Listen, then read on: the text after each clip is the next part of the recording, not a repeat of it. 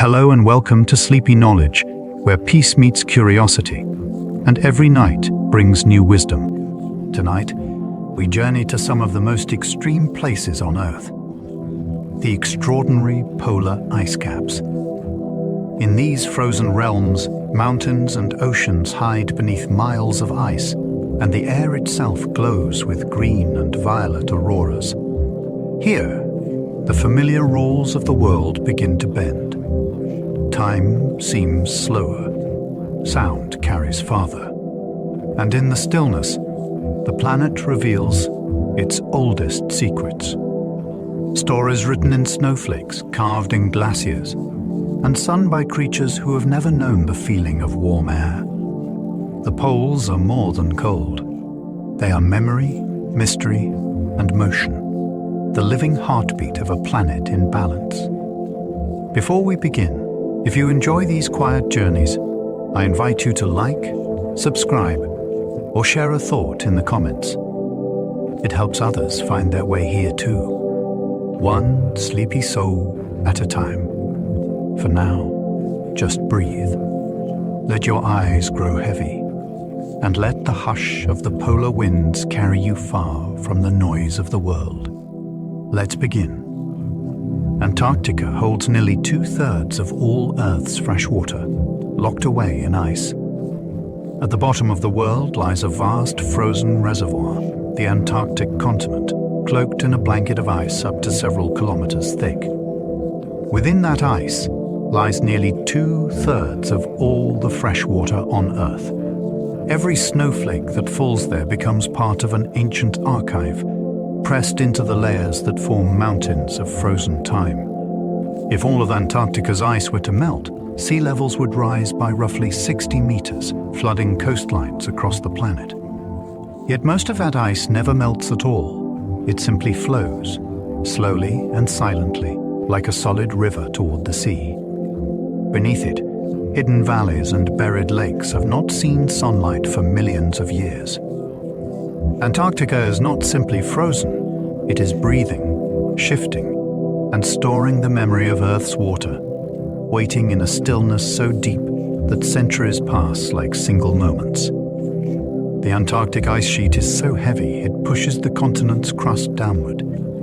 The ice of Antarctica is so unimaginably heavy, but it bends the Earth itself. Spread over more than 13 million square kilometers, it weighs enough to push the rocky crust beneath it downward by hundreds of meters. The ground there is not solid and unyielding. It moves, ever so slowly, under the pressure of the ice's weight. When glaciers thin and retreat, the land begins to rise again, rebounding like a cushion released from strain. Scientists can measure this rebound using satellites, watching the crust lift by millimeters each year as the ice above changes. It is a reminder that even stone and continent are flexible when viewed on the timescale of the planet. Antarctica is not a frozen still life, but a dynamic system of gravity, weight, and motion. An immense hand pressing upon the Earth, shaping its surface as gently and relentlessly as the tides shape the sea. Greenland's ice is thick enough to bury Mount Everest beneath frozen layers. Greenland's ice sheet, a gleaming expanse of white and pale blue, holds more than enough frozen water to reshape the world. In places, that ice is over 3 kilometers thick, enough to bury the height of Mount Everest beneath its surface. Beneath the ice lies a hidden landscape of mountains, valleys, and even long-lost rivers, carved by ancient flows of water and then sealed away. The pressure within the sheet is immense at its base. The ice behaves almost like a fluid, moving slowly outward toward the ocean. Scientists drill deep into the Greenland ice to study how it has grown and melted over the ages, tracing the delicate balance that determines sea level worldwide. Though it seems timeless, the ice is always in motion, a vast, frozen ocean flowing at the pace of centuries, powerful enough to reshape the land, yet fragile enough to vanish under a warmer sky. The East Antarctic Plateau is the coldest place on Earth, reaching -100 degrees Celsius. At the top of the East Antarctic Plateau, the air is so cold and dry that even the faintest moisture crystallizes instantly. On windless nights, under skies filled with stars, the temperature can fall below -100 degrees Celsius, colder than dry ice, colder than anywhere else on the planet. At such extremes, metal becomes brittle, plastic shatters, and human breath freezes into tiny clouds of ice dust. Yet in that emptiness lies profound stillness. The snow there has lain undisturbed for centuries, shaped only by the whisper of wind and the faint light of the moon. Satellite sensors have pinpointed these frozen hollows, recording the planet's ultimate chill. It is the place where heat itself seems to flee the Earth, radiating upward into space. To stand there, if one could endure it, would be to feel the edge of habitability, the absolute silence of a world in pause. Arctic sea ice grows and shrinks with the seasons, doubling in winter. The Arctic Ocean is alive with rhythm. Each year, as sunlight fades and the long winter settles in, the sea begins to freeze. Inch by inch, floes expand outward until the ice covers millions of square kilometers, nearly doubling its summer extent. Then, with the return of spring, the sun warms the surface, and the ice retreats, cracking into drifting mosaics of blue water and white shards. This breathing cycle of freeze and thaw shapes the lives of every creature that calls the Arctic home. Polar bears follow the edge of the ice to hunt. Seals rest upon its surface to give birth. Even microscopic algae grow within it, feeding entire food webs. From orbit, satellites watch this seasonal heartbeat, a pulse of frozen light expanding and contracting each year. Though fragile and fleeting, it is one of Earth's most elegant natural rhythms, the planet's breath made visible in ice. Icebergs calving from glaciers can be larger than entire cities. When a glacier meets the sea, the edge begins to crack. Pressure builds silently for years, until at last the ice gives way, and a piece the size of a city breaks free. The moment of calving can shake the air like thunder, a deep groan that echoes across the water. The newborn iceberg drifts out into the ocean, shimmering with impossible blues. Some are vast enough to have their own weather, fog forming above them, snow falling upon their peaks. Over time, the sea sculpts their towers and arches, carving tunnels through translucent walls. Eventually, they melt into the water that first birthed them, returning their frozen memory to the sea. Each iceberg is temporary and eternal at once, a floating fragment of a continent, a monument to cold, and a reminder that even the largest structures on Earth are only ever passing through. Some Antarctic icebergs have drifted for more than 20 years. An iceberg's life does not always end quickly. The largest ones, tabular giants that break from Antarctica's ice shelves, can drift through the Southern Ocean for decades. Caught in slow-moving currents, they travel thousands of kilometers, passing through fog, storm, and sunlight. Satellites have tracked some of these icebergs for more than 20 years, watching them shrink, fracture, and reform. Along the way, they reshape ecosystems. Their meltwater releases nutrients that feed plankton blooms, drawing whales and fish in great numbers. When they finally vanish, it is as quietly as they began, melting into the endless blue. Each long-lived iceberg is a voyager, carrying ancient snow into new waters, spreading the memory of frozen ages across the seas. They are the drifting ghosts of Antarctica, luminous, impermanent, and as graceful in death as they were in their icy birth. The underside of icebergs glows with surreal shades of blue and green. Beneath the surface of the sea, the hidden faces of icebergs reveal colors that seem almost otherworldly. The deeper the ice, the greater the pressure, and the fewer air bubbles it contains. When sunlight filters through, Those trapped layers scatter light into brilliant shades of blue and green. Some glow like glass lit from within. Others appear streaked with jade or turquoise veins. These colors tell stories of origin, the pure blue ice formed from compacted snow, and the greener tones born where seawater once froze into the glacier's base. Divers who venture close describe it as floating inside a crystal cathedral, where every surface shimmers and hums with shifting light. The iceberg, for all its mass, becomes weightless and alive in those colors. It is one of nature's quietest miracles. Sunlight, salt water, and ancient ice collaborating to paint the sea from beneath. Multi-year Arctic sea ice can be over 5 meters thick, ancient and resilient. Not all sea ice melts each summer. Some survives the thaw, year after year, compressing and strengthening as it endures. This multi-year ice becomes dense and deeply ridged, often exceeding 5 meters in thickness. It moves slowly through the Arctic Ocean, carried by wind and current, growing ever tougher as new layers freeze atop the old. Its surface is rough and blue-white, carved by storms into ridges and hollows. Beneath, it shelters an entire hidden world. Algae cling to its underside, feeding tiny crustaceans that in turn feed fish and seals. Scientists study multi-year ice as a record of persistence.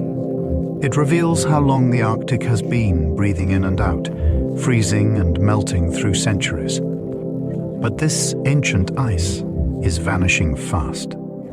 In a warming world, its strongholds are shrinking, leaving behind younger, thinner ice that cannot remember the winters of the past.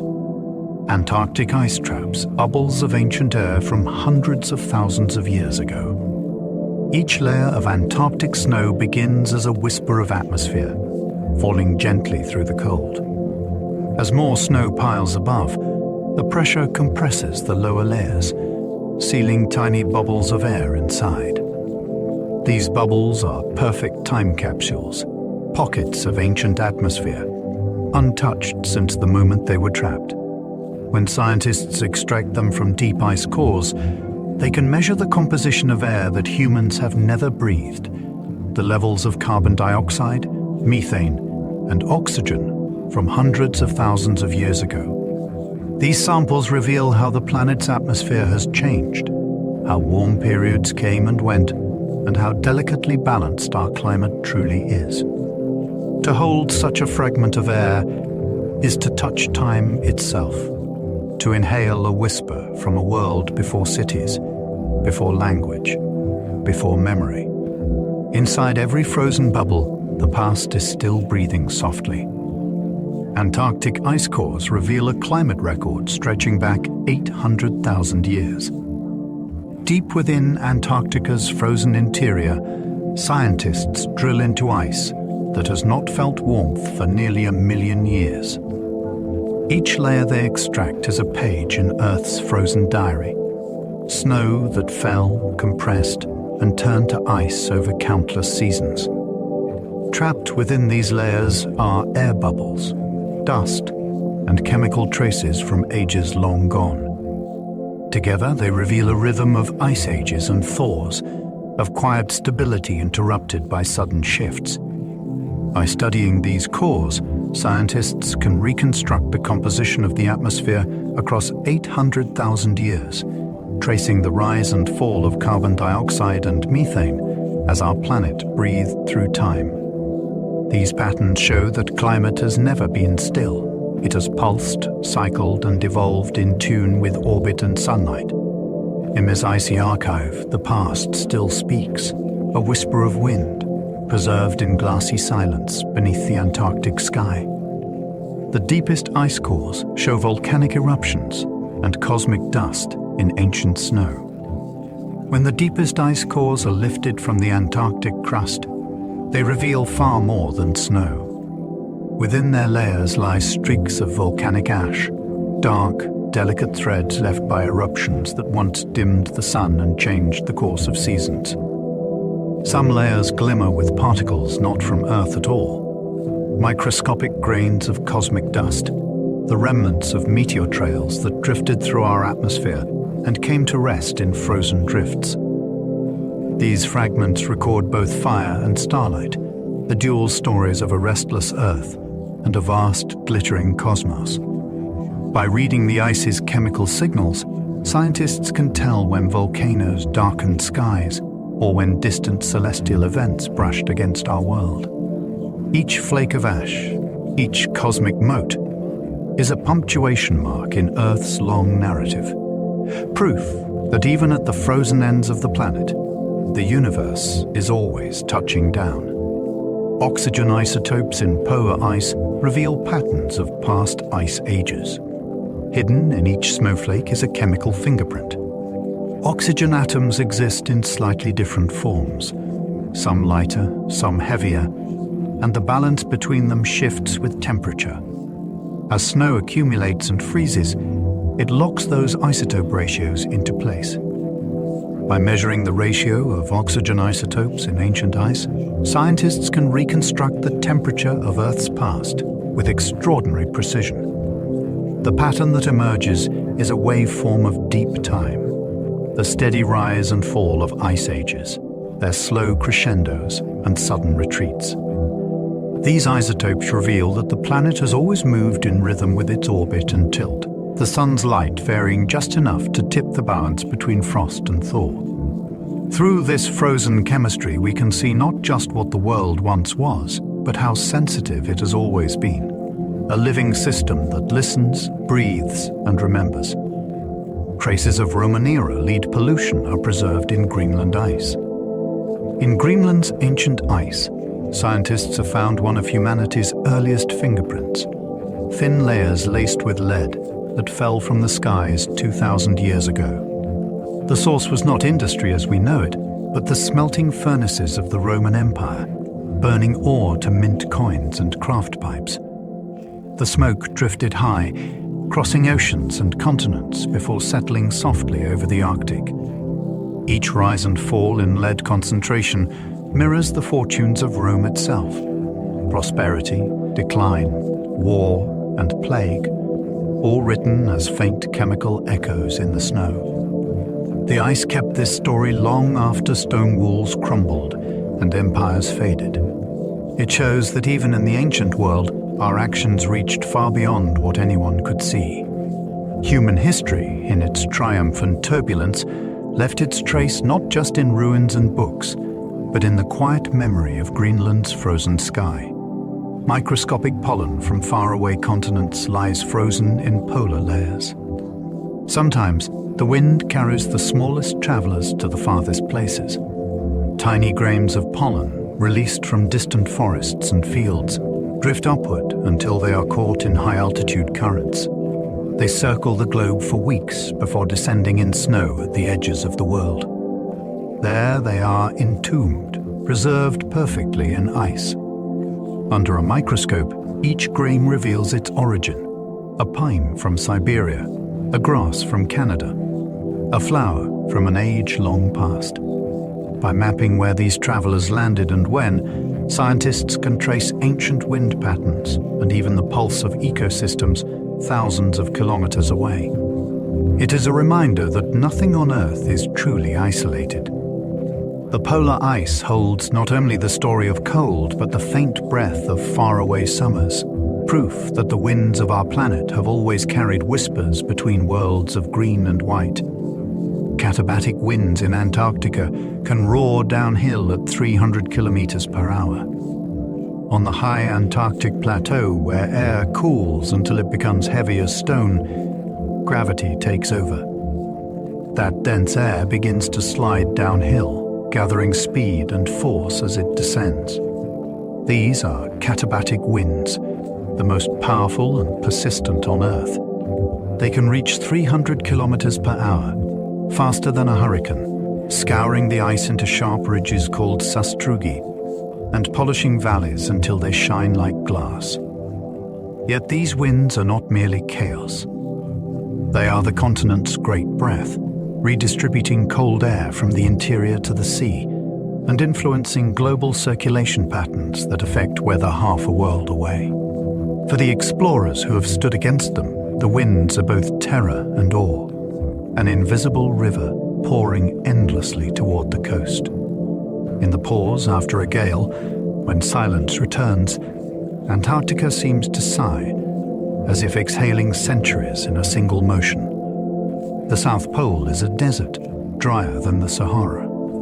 It looks like an endless ocean of snow, but the South Pole is, in truth, one of the driest places on Earth.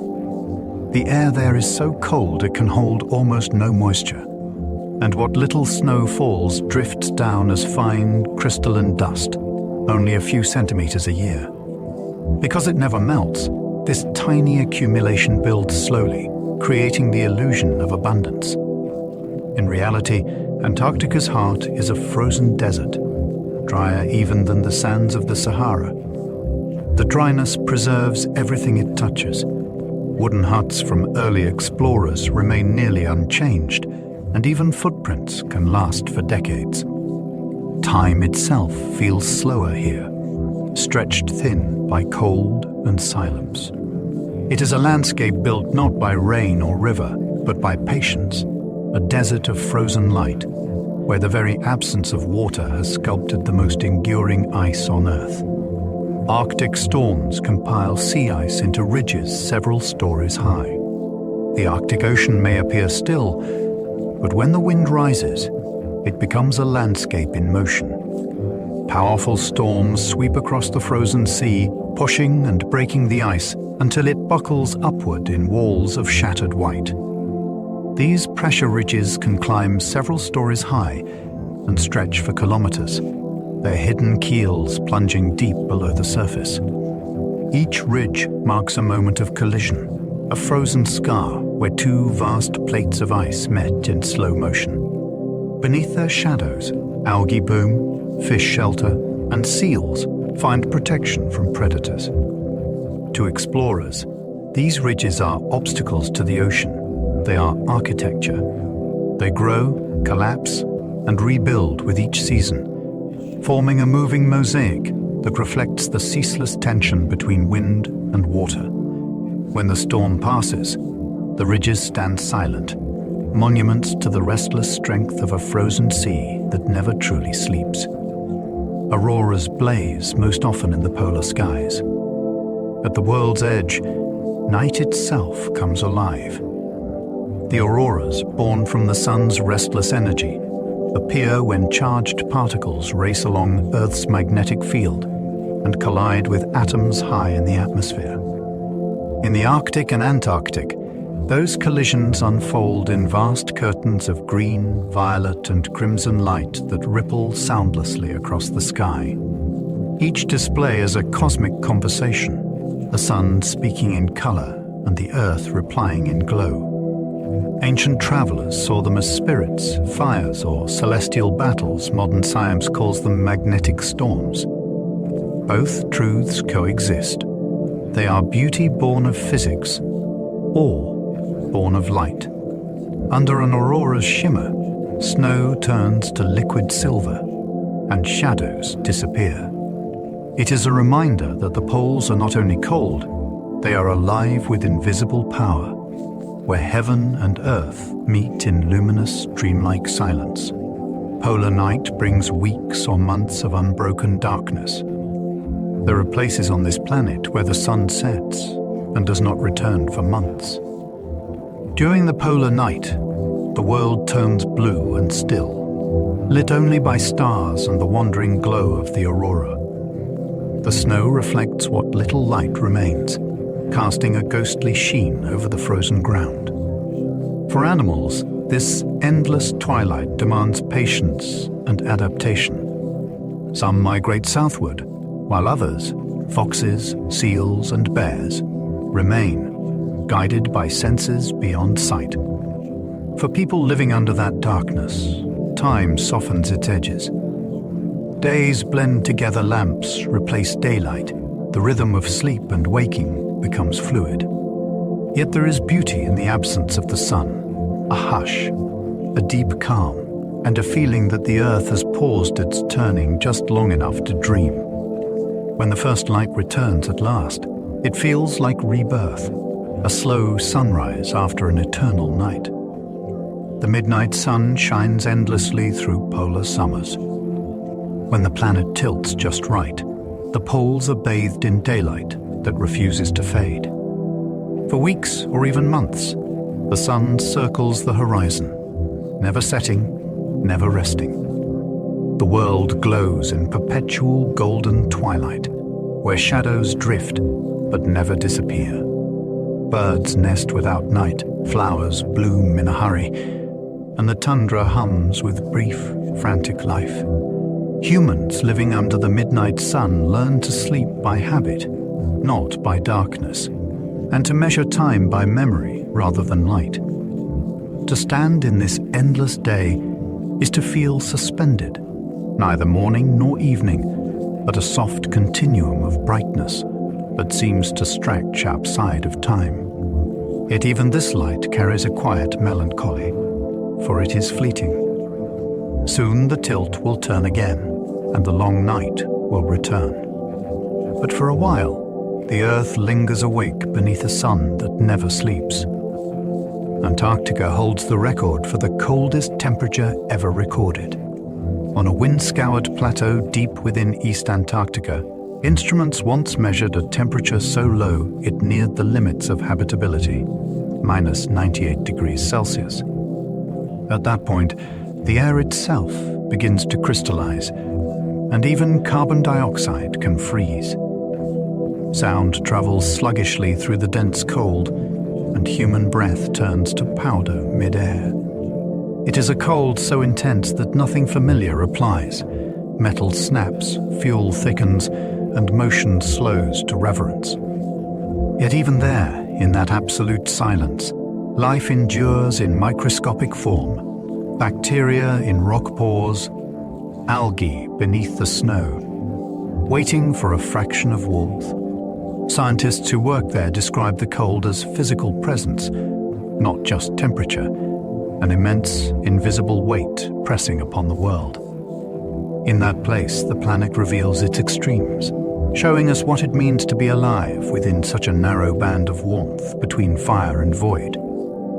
Emperor penguins are the only penguins to breed in the Antarctic winter. When the polar night falls and temperatures plummet, emperor penguins begin their cycle of endurance. Thousands gather on the frozen sea, each female laying a single egg before returning to the ocean to feed. The males stay behind, balancing their eggs carefully on their feet, covered by folds of skin to keep them warm. For nearly 2 months, they stand together in howling blizzards, fasting as winds roar across the ice. They huddle close, shifting position so no penguin faces the cold for long. When at last the chicks hatch, tiny voices fill the darkness, fragile warmth breaking the silence of winter. As the sun returns, the females come back with food, and life resumes its rhythm. The emperor penguin's devotion is unmatched in the animal world, a story of patience, endurance, and quiet love, written across a landscape of unyielding cold. Polar bears are marine mammals, spending most of their lives on sea ice. The great white bear is not a creature of land, but of ocean. Classified as a marine mammal, it lives and hunts upon the shifting sea ice of the Arctic, following the rhythm of the frozen tides. Its thick fur and black skin hold heat close, while layers of fat insulate it against the numbing water. It can swim for days at a time, covering vast distances between flows, moving through an environment that never stops changing. On the ice, it waits silently beside seal breathing holes, guided by scent and patience honed through evolution. The sea is its highway, its hunting ground, and its cradle. As the ice retreats, these bears are forced to swim farther, chasing a home that keeps drifting away. Yet for now, they remain symbols of strength and solitude, living bridges between the elements of water, air, and snow. The Arctic fox's fur shifts from brown in summer to white in winter. Few animals wear the seasons as elegantly as the Arctic fox. In summer, its coat darkens to shades of grey and brown, blending with the stone and moss of the tundra. As winter approaches, the transformation begins. Fur thickens, brightens, and turns snow white, rendering the fox almost invisible against the drifts. This seasonal camouflage is more than beauty, it is survival. Beneath the snow, the fox hears the faint rustle of lemmings and dives headfirst to catch them. Its body is built for cold. Even the soles of its paws are furred for warmth and traction. When food is scarce, it scavenges behind polar bears or buries leftovers for later.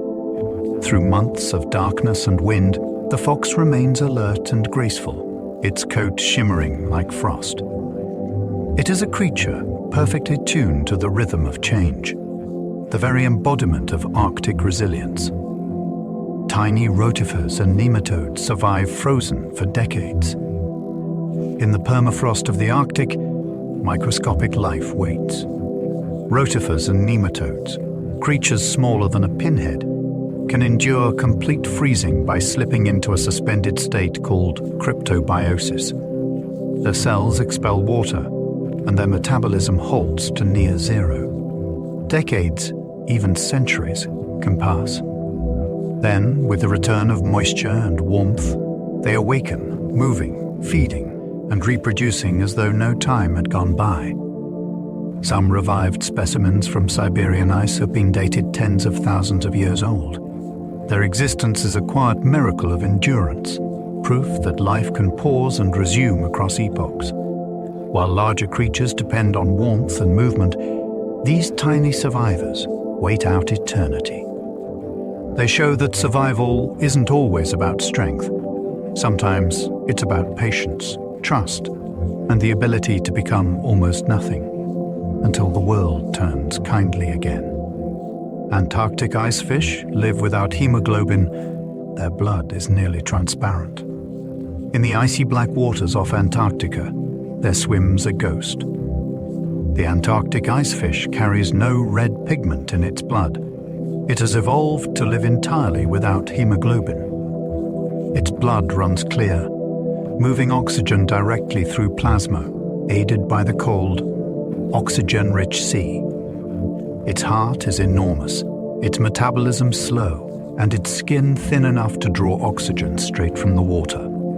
To survive, it produces natural antifreeze proteins that keep ice crystals from forming inside its veins. These adaptations make the icefish one of the strangest vertebrates alive, a creature designed for stillness, cold, and lightless depths. Seen under submersible lights, it appears translucent, almost invisible, drifting through a realm few will ever witness. In that alien quiet, it thrives where others cannot, a living symbol of evolution's endless creativity and life's ability to bloom in even the coldest dark. Some Antarctic sponges live for thousands of years. Beneath Antarctica's frozen seas, the water is still, dark, and cold enough to slow time itself. Here, among rocks and sediments, ancient sponges anchor to the seabed, growing so slowly that centuries pass between meaningful changes. Some have been dated at more than 10,000 years old, older than civilization, older than written history.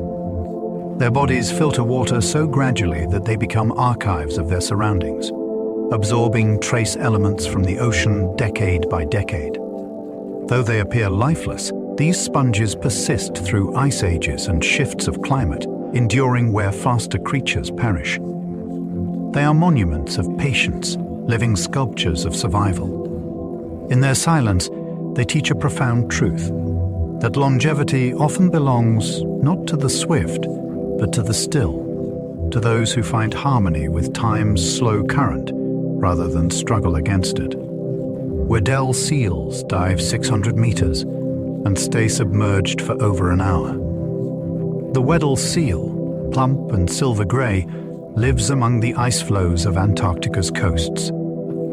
When it dives, it does so with a calm mastery that borders on serene, descending to depths of 600 meters and remaining underwater for more than an hour without surfacing. Its blood carries extraordinary amounts of oxygen, and its muscles store even more. As it glides beneath the ice, its heartbeat slows, conserving energy while it searches for fish in the blackness.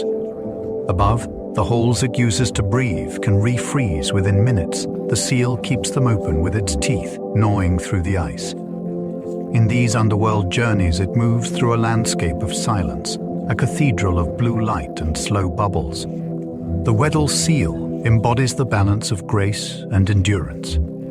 A creature at peace in a realm that would end most lives in moments. Narwhals use their long spiraled tusks to sense changes in water. The narwhal, sometimes called the unicorn of the sea, swims through Arctic waters with a single spiraled tusk extending from its head. This tusk, an elongated tooth, can reach 3 meters in length and contains millions of nerve endings. It isn't a weapon, but a sensor, capable of detecting subtle changes in temperature, pressure, and salinity. Through it, the narwhal reads its environment like braille, sensing shifts invisible to any eye. Males may also use the tusk in gentle sparring or display, crossing them like lances in slow underwater dances. To encounter a narwhal is to glimpse a legend made real, an animal so strange that early explorers thought it proof of myth. Yet it is perfectly adapted to its icy home, navigating dark fjords beneath shifting ice with quiet intelligence. Its tusk is a story written in ivory, both mystery and meaning, spiraling toward the surface. Greenland sharks may live for over 4 centuries. In the dark, icy waters of the North Atlantic drifts one of Earth's most ancient living creatures, the Greenland shark. It moves slowly, almost dreamlike, through the cold, growing just a few centimeters each year. By studying the chemistry of their eye lenses, formed before birth and never replaced, scientists discovered individuals that may be more than 400 years old. That means some of these sharks were alive before the invention of the telescope, before humans charted much of the globe. They inhabit a world without sunlight for half the year, feeding on fish, seals, and sometimes the remains of whales. Their slow pace is not a weakness but a secret. In the cold, everything slows, even time itself.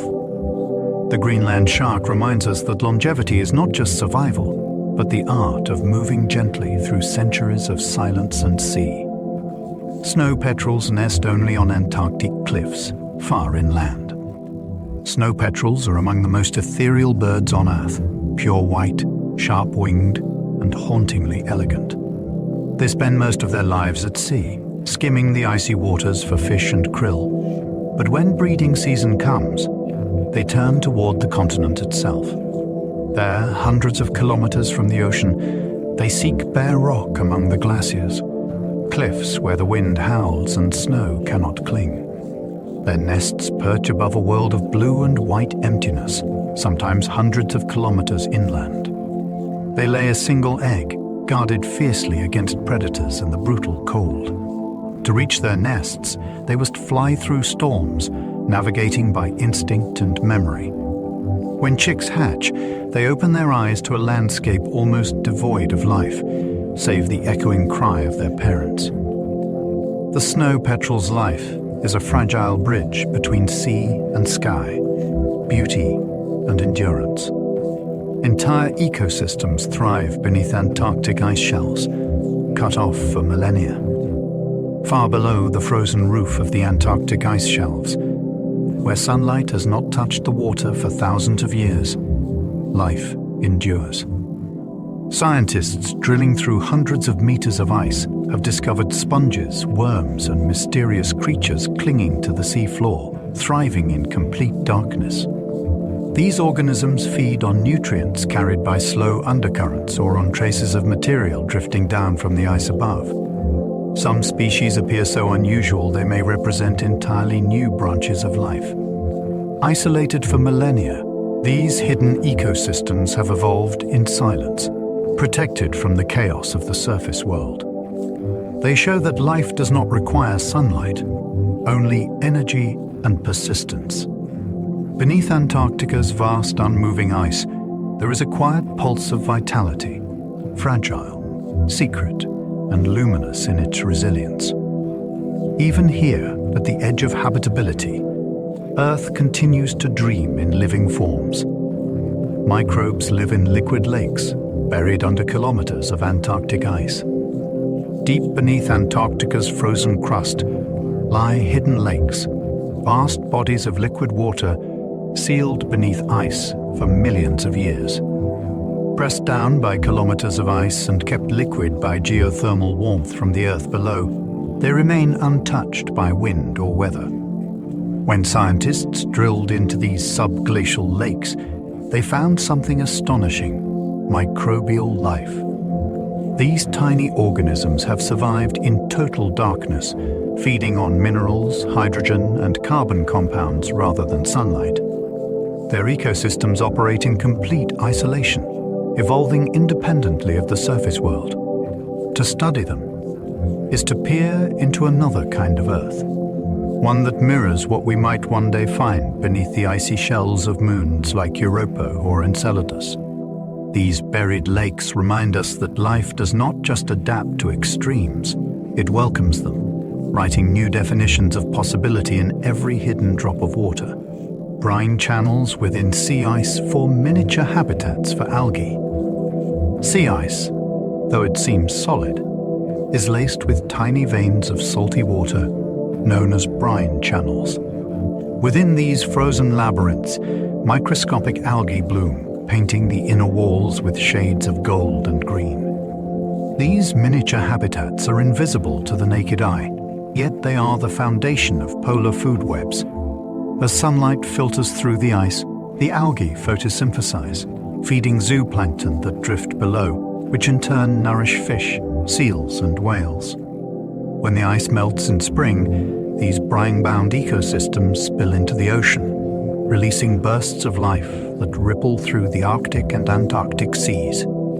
It is a living paradox, life flourishing inside the very substance that should prevent it. The brine channels reveal a deeper truth of nature. Even in confinement, even in coldest stillness, life finds a way to grow toward the light. Ancient viruses and bacteria lie frozen beneath Arctic permafrost. Beneath the frozen tundra, time stands still. Locked within layers of Arctic permafrost are microscopic relics from ancient ecosystems, bacteria, and viruses that have not stirred for tens of thousands of years. In laboratory conditions, scientists have revived some of these microbes, watching them awaken as if no millennia had passed. They come from eras when mammoths roamed the grasslands and early humans hunted beneath northern skies. Most are harmless, simple survivors of the deep freeze, but their existence raises haunting questions about what else may lie dormant below. The permafrost is both tomb and library, preserving DNA, spores, and cells like pages pressed between sheets of ice. Each thawing layer tells a new story, not just of climate change, but of the resilience of life itself. Even in deep time, Earth never forgets, it merely sleeps, waiting for warmth to call it back. Subglacial Lake Vostok has been sealed off for over 15 million years. Hidden beneath nearly 4 kilometers of Antarctic ice lies Lake Vostok, one of the largest lakes on Earth, yet one that no sunlight has touched for over 15 million years. Its waters remain liquid thanks to the immense pressure of the overlying ice and the faint heat from the planet's core below. When scientists first drilled into the ice above it, they did so with the caution of explorers entering an alien world. The lake's isolation is so complete that any life within it could have evolved along an entirely separate path. Tiny microbial traces found in samples suggest a unique ecosystem, adapted to darkness, pressure, and stillness. Lake Vostok is a glimpse into the deep past, a pocket of primordial Earth sealed in ice. It reminds us that our planet still hides worlds within itself, untouched and waiting beneath the frozen veil. Hydrothermal vents beneath Arctic ice sustain life in total darkness. Far below the Arctic Ocean's ice, where sunlight never reaches, the seafloor glows faintly with heat. Here, hydrothermal vents spew mineral-rich water from the Earth's crust, creating an oasis of warmth amid the cold. Around these vents, strange creatures gather, worms without eyes, clams without shells, and bacteria that feed on chemical energy instead of light. They form ecosystems independent of the sun, powered entirely by the chemistry of the deep Earth. The discovery of these vent communities beneath the polar seas reshaped our understanding of life itself. It proved that biology can thrive wherever energy flows, even in perpetual night. The vents hiss softly in the dark, their mineral plumes curling like smoke beneath a ceiling of ice. Above them lies silence, but below, life burns quietly with the heat of the planet's hidden heart. Bright green phytoplankton bloom beneath thinning Arctic ice each summer. Each Arctic summer, when sunlight returns, a strange phenomenon appears beneath the thinning ice. Vast blooms of bright green phytoplankton, glowing like emerald clouds in the dim blue water. Once, the thick ice blocked nearly all light, but as it grows thinner, sunlight now penetrates deep enough to spark photosynthesis. These hidden blooms feed an explosion of life, drawing krill, fish, and whales to feast in the cold seas. Yet they also hint at change. The Arctic is becoming more transparent, more open, and more fragile. Satellites can now see these green veils from orbit, shimmering like ghostly auroras beneath the surface. It is both beautiful and uneasy, the ocean awakening in places once locked in darkness. Life is adapting faster than we can follow, finding new ways to flourish beneath the changing skin of a warming world. The Gambutsev Mountains lie buried beneath Antarctica, tall as the Alps. Beneath thousands of meters of ice in East Antarctica lies a hidden mountain range, the Gambutsev Mountains, unseen and mysterious. Discovered only through radar mapping, they stretch for more than 1,000 kilometers and rise as high as the European Alps. Yet no human eye has ever seen their peaks. Scientists believe they once hosted rivers, valleys, and perhaps forests before being buried under the first Antarctic snows tens of millions of years ago. Now, the ice above acts as both weight and protection, preserving the mountains in a state of ghostly perfection. The Gambutsev Range is a secret Earth keeps from itself, a fossilized landscape frozen mid-breath. To imagine it is to envision a world both lost and eternal, a continent that hides an entire range of mountains beneath another range of time. Antarctica once hosted rainforests. Fossilized stumps still remain. Long before it became a realm of snow and silence, Antarctica was green. Around 19 million years ago, the continent lay farther north, bathed in a milder climate and blanketed in dense rainforest. Fossilized tree stumps and leaves still lie buried beneath the ice, perfectly preserved in sediment. Some contain the cellular structures of wood and even traces of pollen. These relics reveal that the polar world was once humid, alive with ferns, conifers, and flowering plants. Dinosaurs wandered its valleys. Rivers flowed through warm air rich in oxygen. Over millions of years, the continent drifted southward, cooling slowly until forests gave way to ice. The fossils remain like ghosts of forgotten summers, reminders that climate can remake entire worlds. Antarctica's ancient trees are silent now, but they still whisper of warmth and rain in a land where only cold remembers. Dinosaur fossils have been found on both Greenland and Antarctica, Beneath the polar ice, deep in layers of ancient rock, scientists have uncovered bones that once belonged to dinosaurs. On Greenland, fossils of plant-eating giants show that the island once hosted lush forests and meandering rivers. In Antarctica, fossils of small dinosaurs and early birds tell of a warmer, greener world near the South Pole. These discoveries reveal that the polar regions were not always cold. They once teemed with life under long summer days and gentle winters. The shifting of continents and the slow choreography of climate transformed those worlds completely. Now, creatures that once basked in polar sun are entombed in permafrost and stone. Each fossil is a reminder that even the most unchanging landscapes are written in eras, not moments, and that time, more than ice, is the true sculptor of the Earth. The South Pole sits above vast subglacial lakes and hidden rivers. Though the surface of Antarctica seems frozen solid, the land beneath is alive with movement. Beneath the South Pole itself, a network of subglacial lakes and rivers flows silently under the pressure of the ice. The heat from the Earth's core and the friction of glacial motion keep this hidden water from freezing. Using radar and satellite mapping, scientists have traced hundreds of such waterways, connecting vast underground basins across the continent. Some of these rivers carry meltwater toward the sea. Others circulate nutrients that may feed microbial life.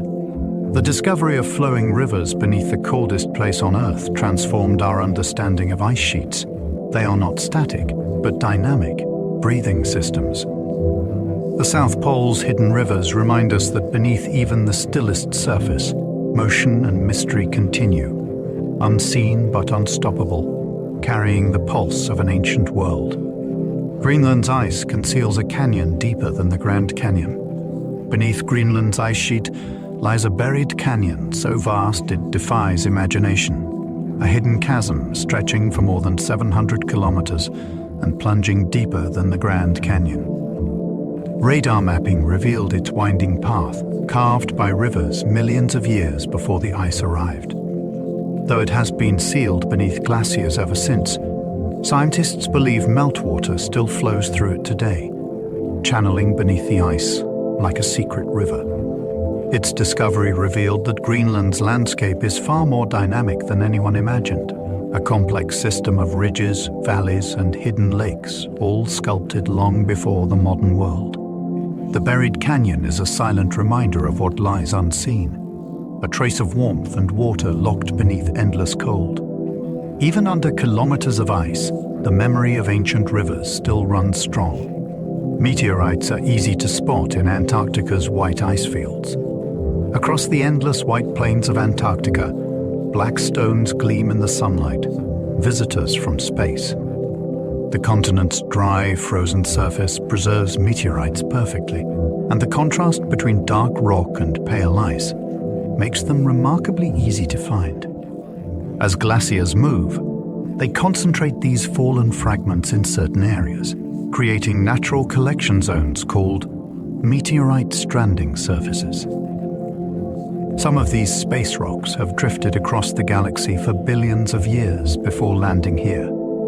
Each one carries chemical clues about the early solar system, the dust of stars, the building blocks of planets. Antarctica acts as both protector and curator, keeping these relics unweathered and pure. For scientists, walking those ice fields is like wandering through a cosmic museum, where every small stone might contain the story of how the universe first began to take shape. Iron-rich polar dust helps fertilize distant oceans. Each year, powerful winds sweep across the frozen continents, lifting fine dust from exposed rock and sending it into the upper atmosphere. Though the source is barren, the dust itself is rich in iron, a key nutrient for marine life. As it settles over the world's oceans, it acts like a fertilizer, sparking blooms of phytoplankton that feed the base of the food chain. From lifeless ice to teeming sea, this invisible connection spans the globe. Even in their stillness, The poles nourish the planet, linking frozen deserts to living waters. It is a quiet exchange, unseen but vital, a reminder that every gust of wind, every drifting particle, is part of an endless circulation of life and renewal. The world breathes as one, from snowfields to surf, through dust born of stone and carried on the breath of the sky. The first humans reached the South Pole in December 1911. In the Antarctic summer of 1911, after months of hardship, exhaustion, and cold, a small group of men finally reached the bottom of the world. Norwegian explorer Roald Amundsen and his team arrived at the South Pole on December 14th, planting their flag in a landscape no human had ever seen. Just weeks later, the British expedition led by Robert Falcon Scott would arrive too, only to perish on their return. The moment marked both triumph and tragedy, a testament to human endurance and the unforgiving nature of the polar world. Their journals describe blinding snow, the strange glow of endless daylight, and a silence so deep it felt eternal. Today, their camps are preserved by the cold, frozen snapshots of courage and ambition. The South Pole stands as both achievement and warning, that exploration often begins with wonder and ends with humility before the ice. Amundsen and Scott led rival expeditions to the South Pole. The race to the South Pole was one of the most dramatic chapters in exploration. Roald Amundsen of Norway and Robert Falcon Scott of Britain set out almost simultaneously, each determined to reach the pole first. Amundsen's team traveled swiftly with sled dogs, guided by polar experience and precision. Scott's relied on man-hauling and experimental machinery, but often failed in the brutal cold. Amundsen arrived first, leaving a tent and a letter for Scott to find. When Scott's team reached the pole weeks later, their heartbreak was recorded in stark diary entries beneath a grey Antarctic sky. On their return journey, they succumbed to frostbite, hunger, and exhaustion, just 11 miles from safety. Their story endures not only as a tale of rivalry, but as a meditation on human will, two paths into the unknown, united by the same frozen horizon and the same unrelenting dream. Inuit peoples have thrived for millennia with deep knowledge of ice and wildlife. For thousands of years, Inuit communities have lived across the Arctic's harsh expanses, guided by a profound understanding of their environment. Their survival depends on reading the ice, knowing its colors, sounds, and textures, to find safe routes across frozen seas. They can tell the difference between newly formed ice and the deep, ancient sheets that will hold the weight of a sled. Their culture is woven with the rhythms of the land, the migration of whales, the paths of seals, the turning of the seasons. They craft tools from bone and stone, build shelters of snow, and pass down knowledge through story and song. Far from being desolate, their world is rich with meaning, a partnership between people and place. The Inuit remind us that wisdom is not just learned through study, but lived through generations, in harmony with wind, ice, and time. The Vikings reached Greenland and North America through icy northern seas. 1,000 years ago, long before Columbus, Viking explorers sailed through the frigid North Atlantic, guided only by the sun, stars, and memory. Their longships, sleek and strong, cut through icy waters toward unknown lands. Around the year 1000, Leif Erikson reached Greenland, and then a new shore they called Vinland, likely part of modern-day North America. These voyages were acts of audacious curiosity, carried out in wooden vessels against cold and storm. Archaeological evidence at sites like Landsore Meadows in Newfoundland confirms their presence, remnants of ironwork and timber still preserved by the northern soil. The Vikings' journeys prove that the polar seas have long connected worlds rather than divided them. Even at the edge of the known world, humanity has always looked outward, drawn onward by the horizon and by the endless whisper of the wind over ice and sea. Early explorers suffered scurvy, frostbite, and starvation in polar expeditions. In the age of wooden ships and wool clothing, the polar regions were places of unimaginable trial. Early explorers set out into seas choked with ice, guided by stars that vanished in months of darkness. They carried only preserved foods and hope, unaware that the lack of fresh fruit and vegetables would soon bring scurvy, a slow, wasting illness that turned muscles weak and gums to dust.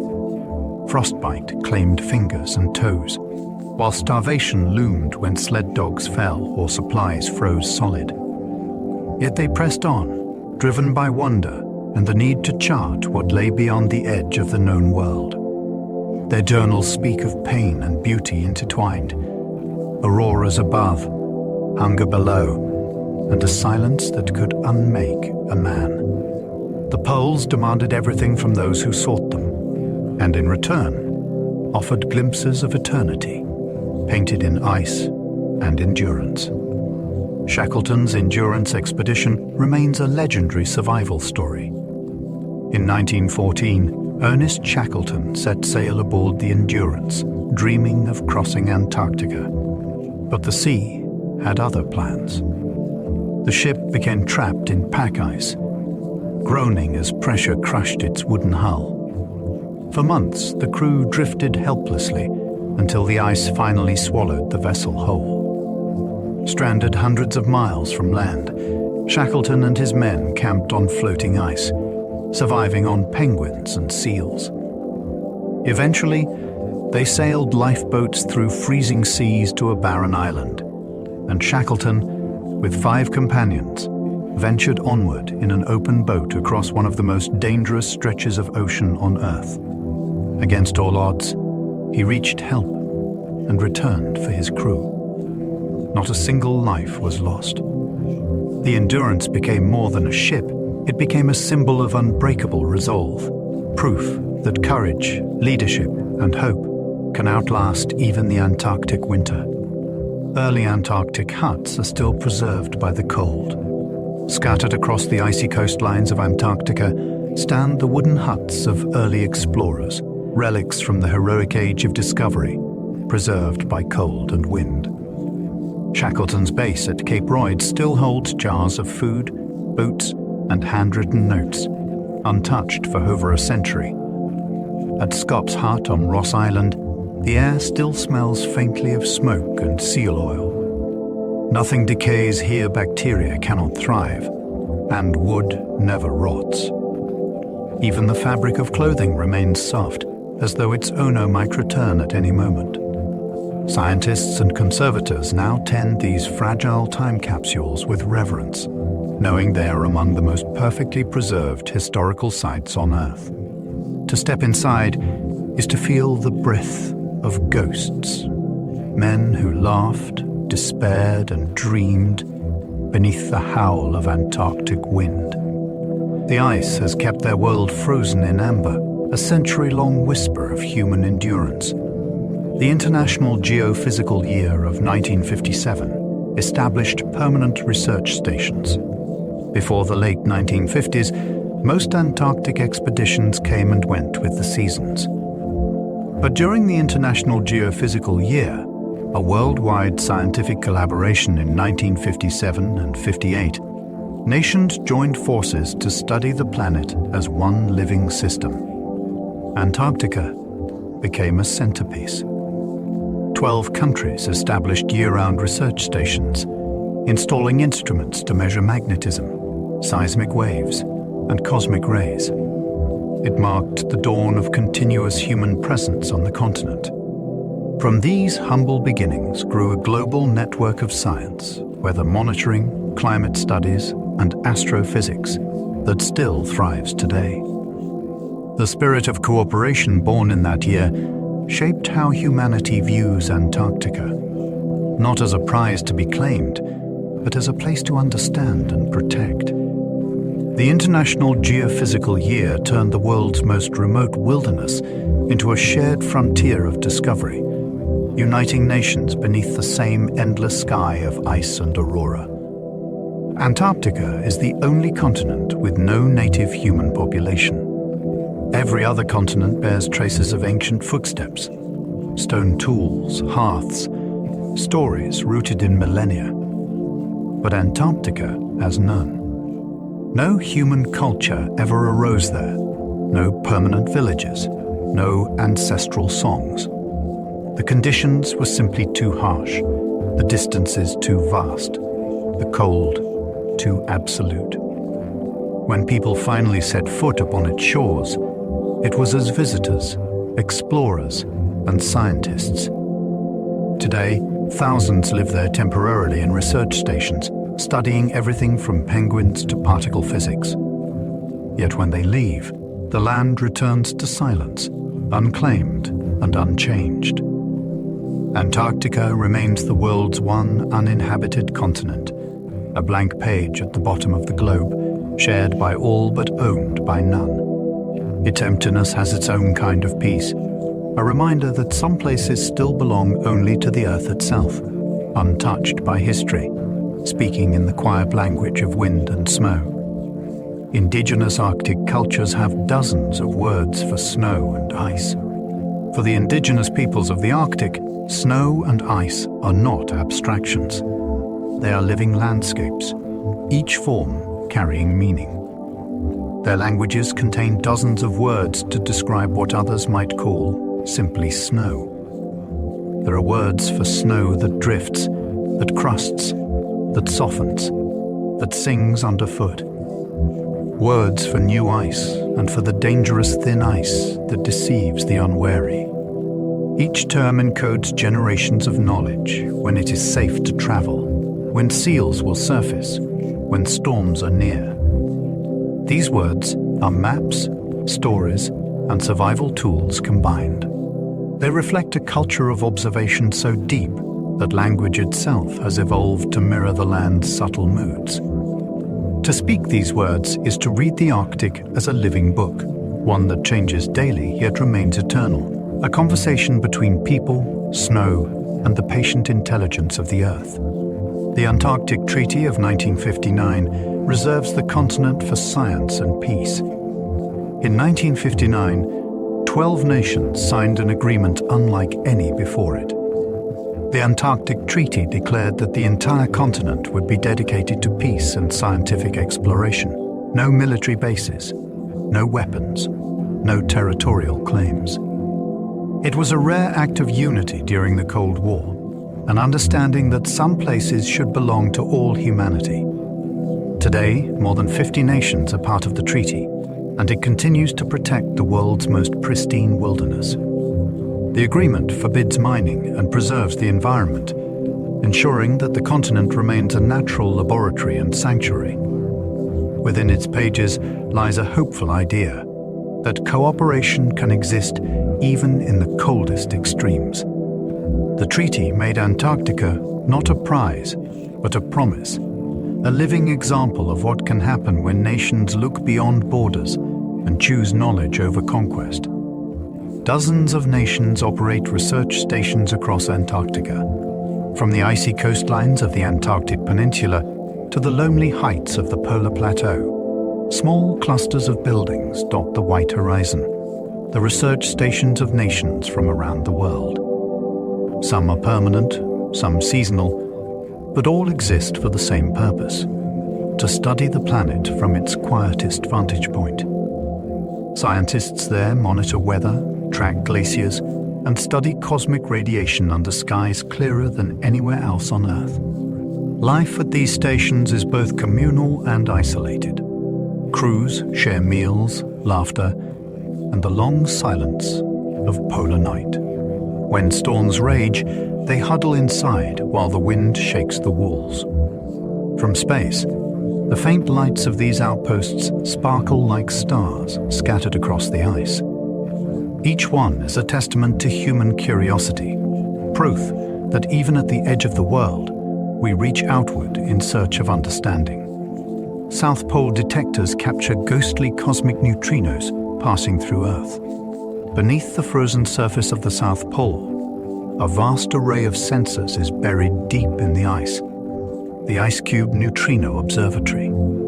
It watches for ghostly visitors, neutrinos, tiny subatomic particles that pass through everything, even solid rock, almost without trace. Trillions stream through your body every second, unnoticed. But when one collides with an atom inside the ice, it creates a faint flash of blue light.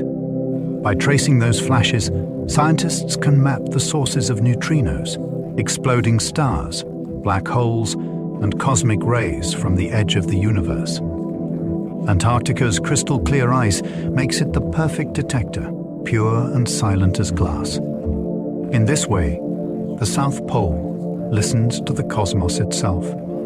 Each spark of light beneath the ice is a whisper from distant galaxies, a message that has traveled across eternity to arrive in the heart of the cold. Antarctic radio telescopes study the faint afterglow of the Big Bang. High on the Antarctic plateau, where the air is thin and dry, radio telescopes point toward the oldest light in the universe, the cosmic microwave background, the fading afterglow of the Big Bang. The extreme cold and clarity of the polar atmosphere make it one of the best places on Earth for such observations.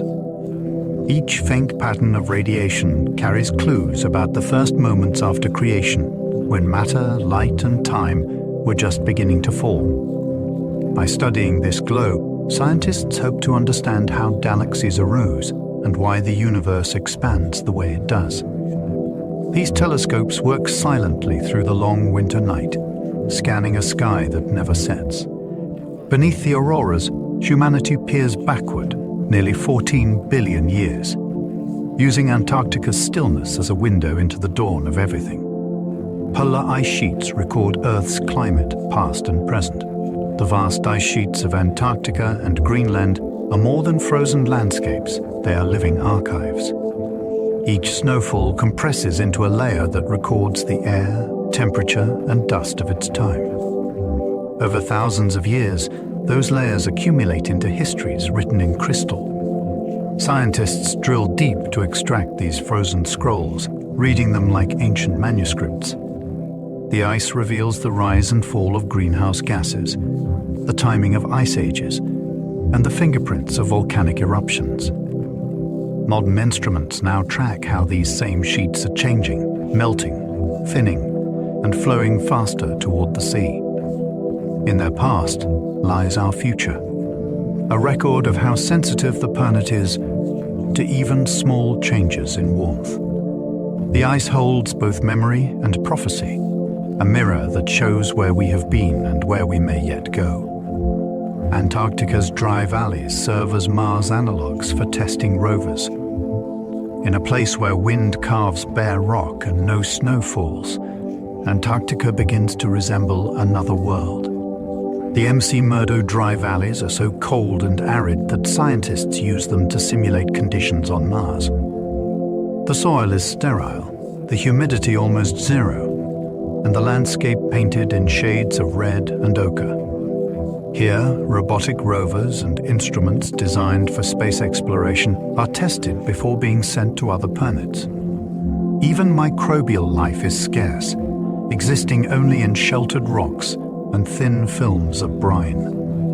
The valleys remind researchers what extreme truly means, a place where water barely exists, where sunlight burns and freezes simultaneously.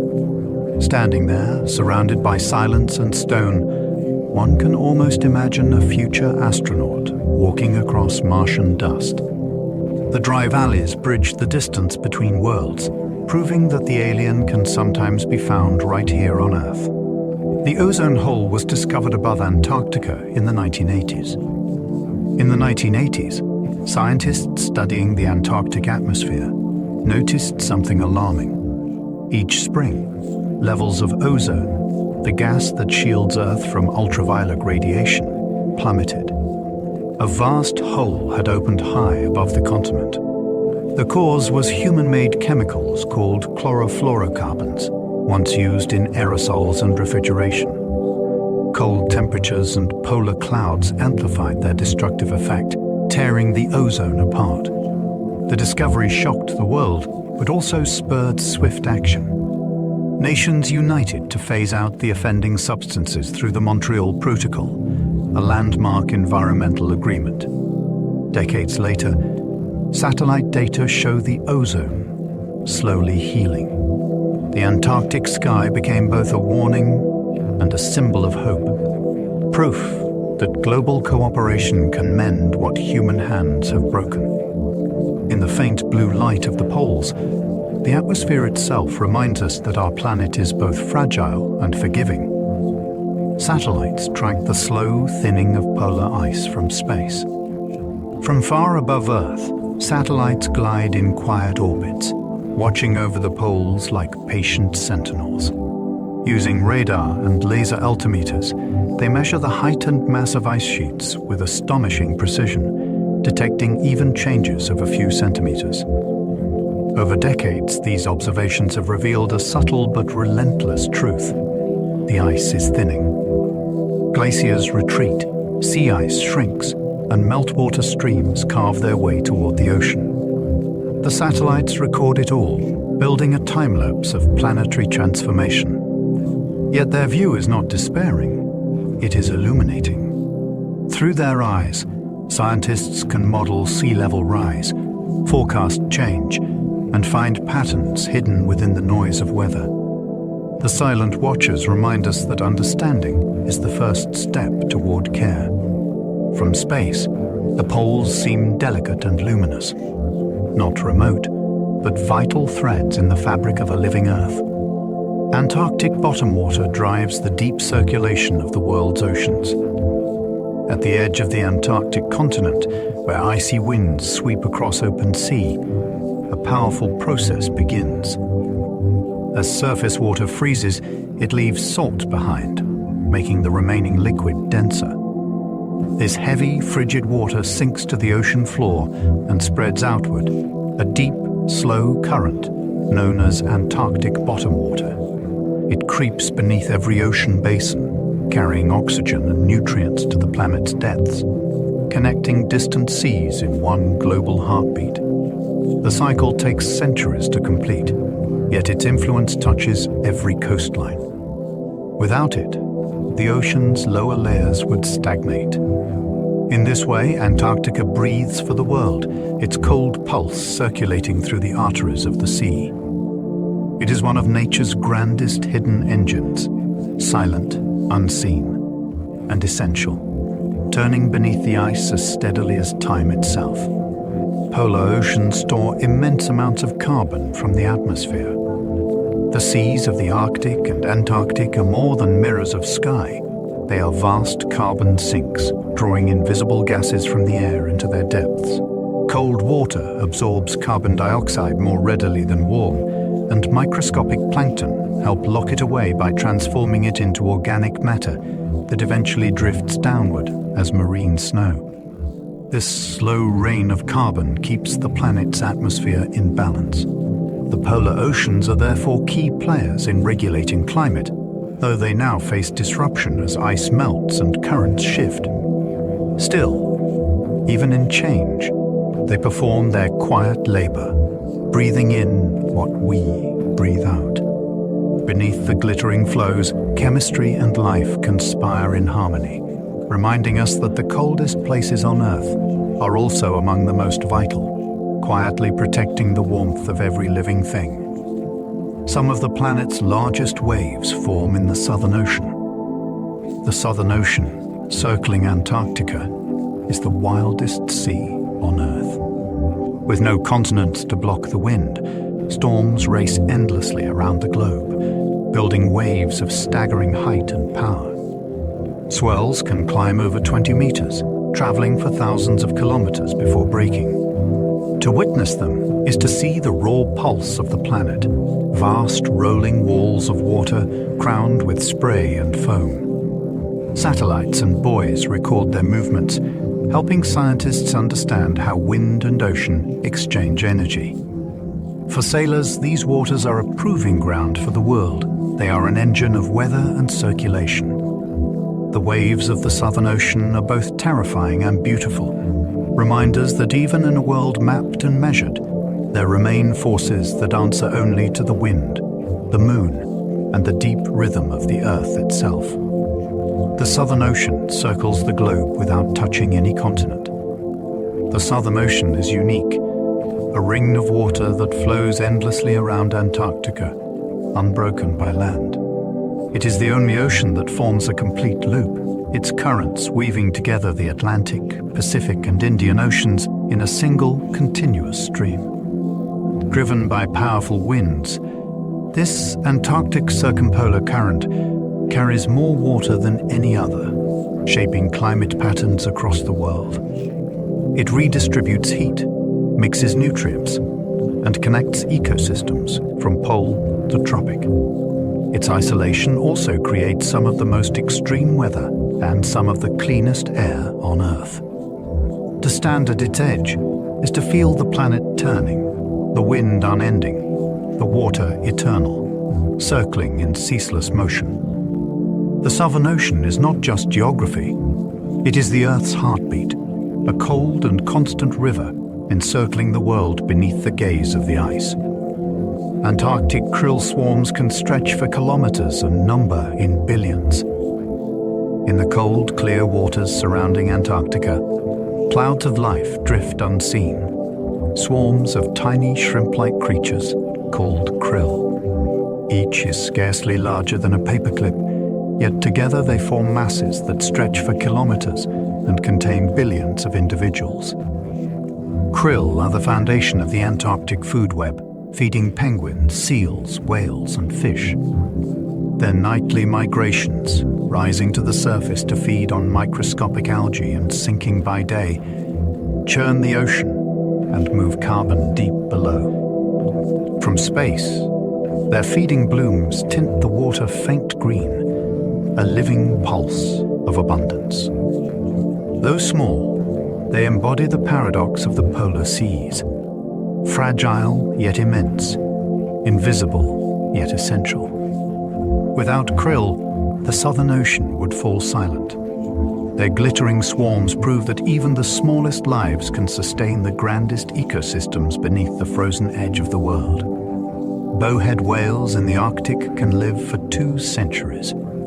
Among the drifting ice of the Arctic, bowhead whales sing in haunting tones that echo through the deep. These giants, with massive skulls built to break through ice, are among the longest-lived mammals on Earth. Some individuals have been found carrying harpoons from the 1800s still embedded in their flesh, silent witnesses to centuries gone by. Their lifespan can exceed 200 years, meaning the oldest alive today were born before electricity lit the world. In that time, they have seen seas change, ice retreat, and ships multiply. Their songs, deep and resonant, may travel for hundreds of kilometers, communicating through a realm few can fathom. To hear a bowhead's call is to listen to history itself, spoken in the language of water and time, a voice from the depths reminding us that patience, not speed, is the true measure of life. Orcas use waves to wash seals off ice floes. In the frozen seas surrounding Antarctica, orcas, also called killer whales, have developed one of the most sophisticated hunting techniques in the animal kingdom. Working together, they line up and charge toward an ice floe carrying a seal, generating a wave powerful enough to wash their prey into the water. The coordination is exquisite. The orcas dive in unison, angle their bodies just right, and strike with a precision learned through generations. Once the seal is in the water, they take turns feeding, each member of the pod sharing in the catch. This behavior shows extraordinary intelligence and social structure, rivaling that of primates. Scientists have even observed orcas teaching their young how to create these waves, passing on knowledge like cultural inheritance. In the stillness of the Antarctic Sea, they are silent strategists, powerful, graceful, and deeply aware of one another. Leopard seals, haunting and sleek, rule Antarctica's icy waters. Gliding through the dark waters beneath the ice, The leopard seal reigns as one of Antarctica's top predators. Its body is long and muscular, its spotted coat a reminder of the cat-like grace for which it's named. With jaws lined in sharp teeth, it hunts penguins, fish, and even other seals. Yet despite their fearsome reputation, leopard seals are curious and intelligent, often approaching divers or inspecting boats with watchful, deliberate eyes. Their underwater calls echo like alien songs, haunting melodies that carry for miles beneath the ice. Each seal's voice is unique, perhaps used to identify individuals across the frozen bays.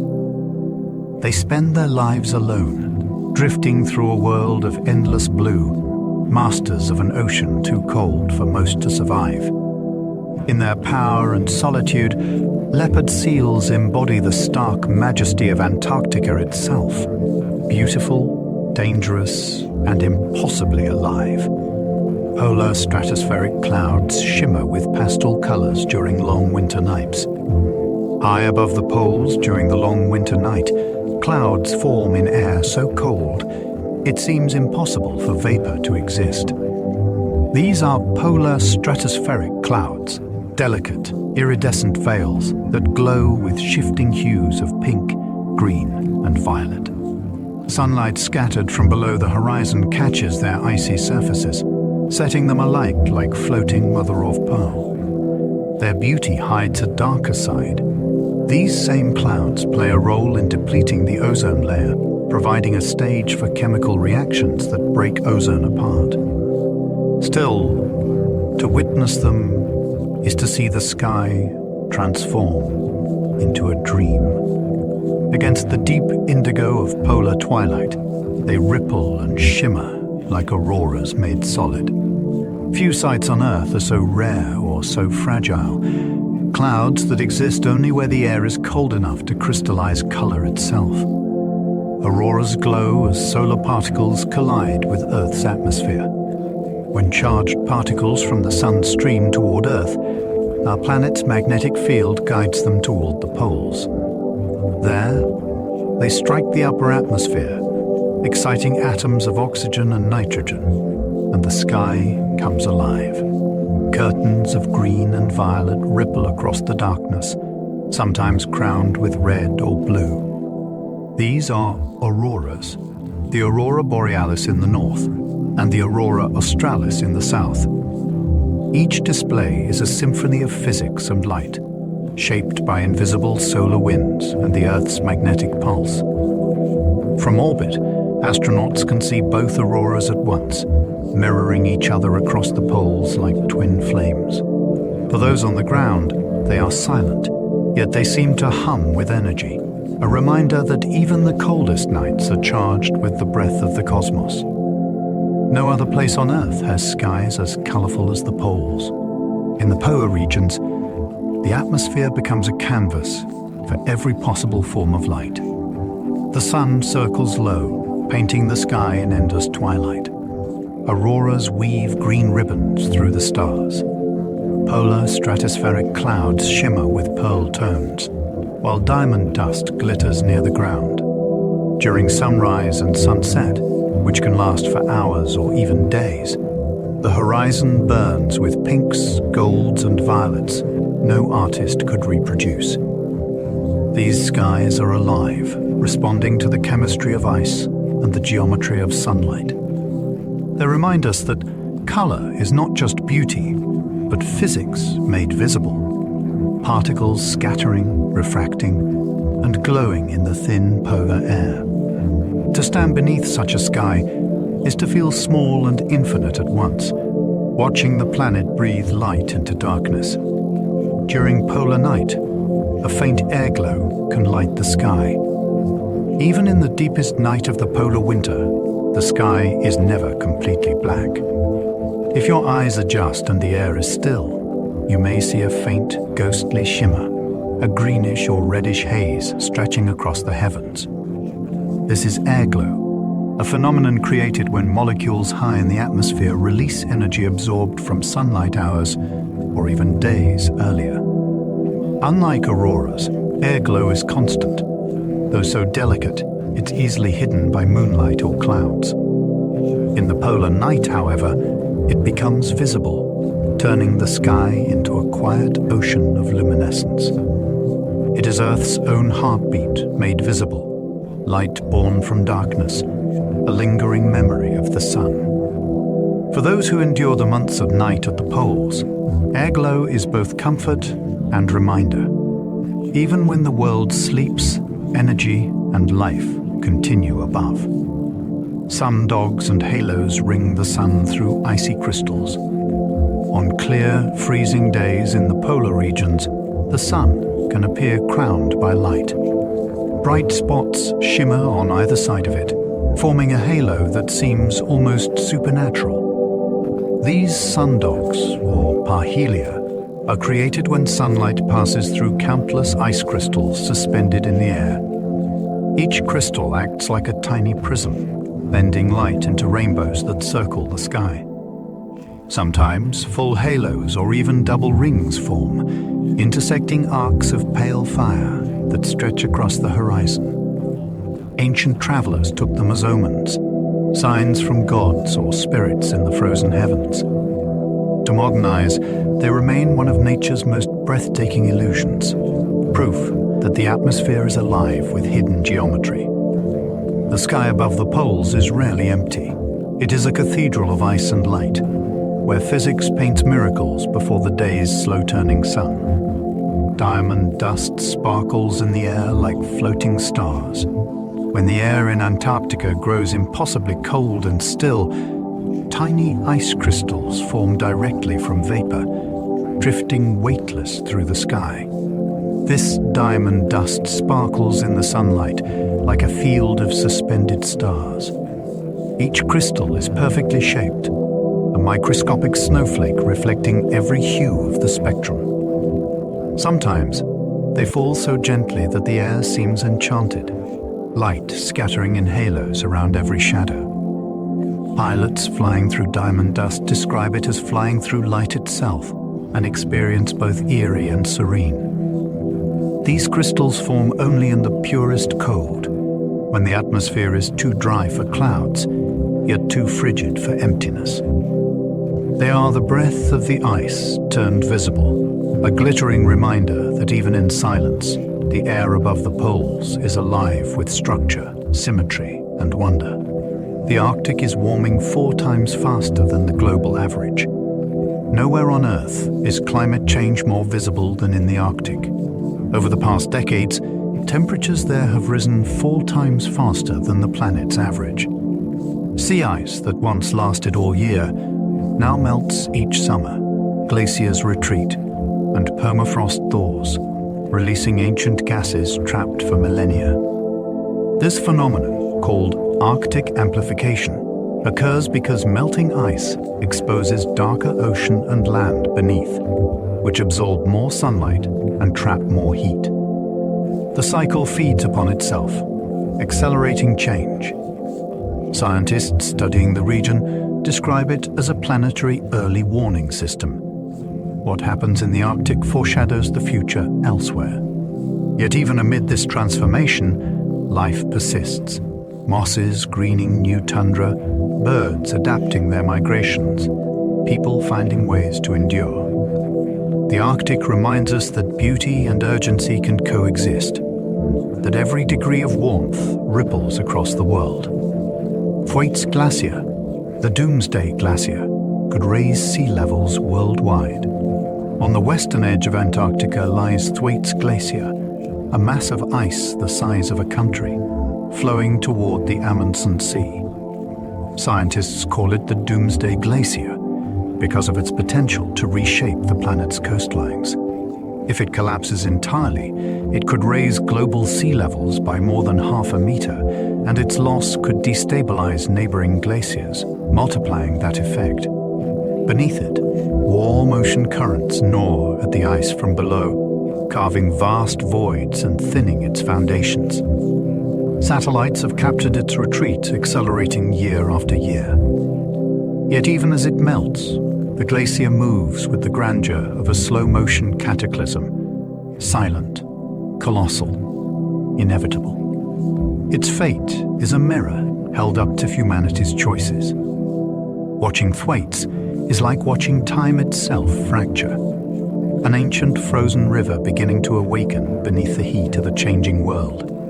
Polar bears now swim longer distances as sea ice vanishes. Polar bears once traveled easily across the frozen Arctic, using the sea ice as hunting ground and highway.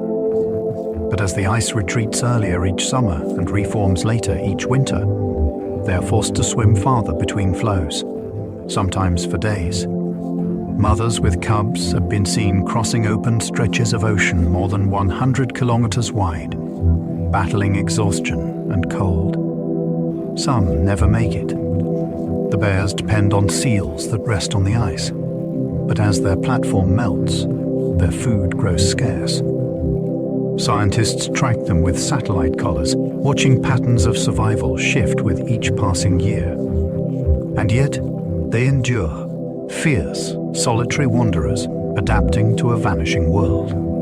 The image of a bear adrift on melting ice is more than a symbol, it is a truth, both beautiful and heartbreaking, written across the mirror of the Arctic Sea. Melting Arctic permafrost releases methane into the atmosphere. Beneath the Arctic tundra lies frozen ground that has remained locked for tens of thousands of years. This permafrost contains immense stores of carbon, ancient plant matter preserved in ice. As the Arctic warms, that permafrost begins to thaw, awakening microbes that release methane, a greenhouse gas far more potent than carbon dioxide.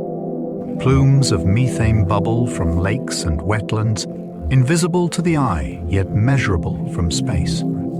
Scientists call it a feedback loop. Warming causes thawing, and thawing causes more warming. Some describe it as the Earth exhaling its ancient breath. The process is slow but relentless, altering not just the Arctic, but the entire planet's balance. In the still air of the far north, the ground itself is stirring, a reminder that even frozen landscapes are never truly asleep. Some penguin colonies in Antarctica are rapidly shrinking. On the icy shores of Antarctica, colonies of Adelie and chinstrap penguins once numbered in the hundreds of thousands.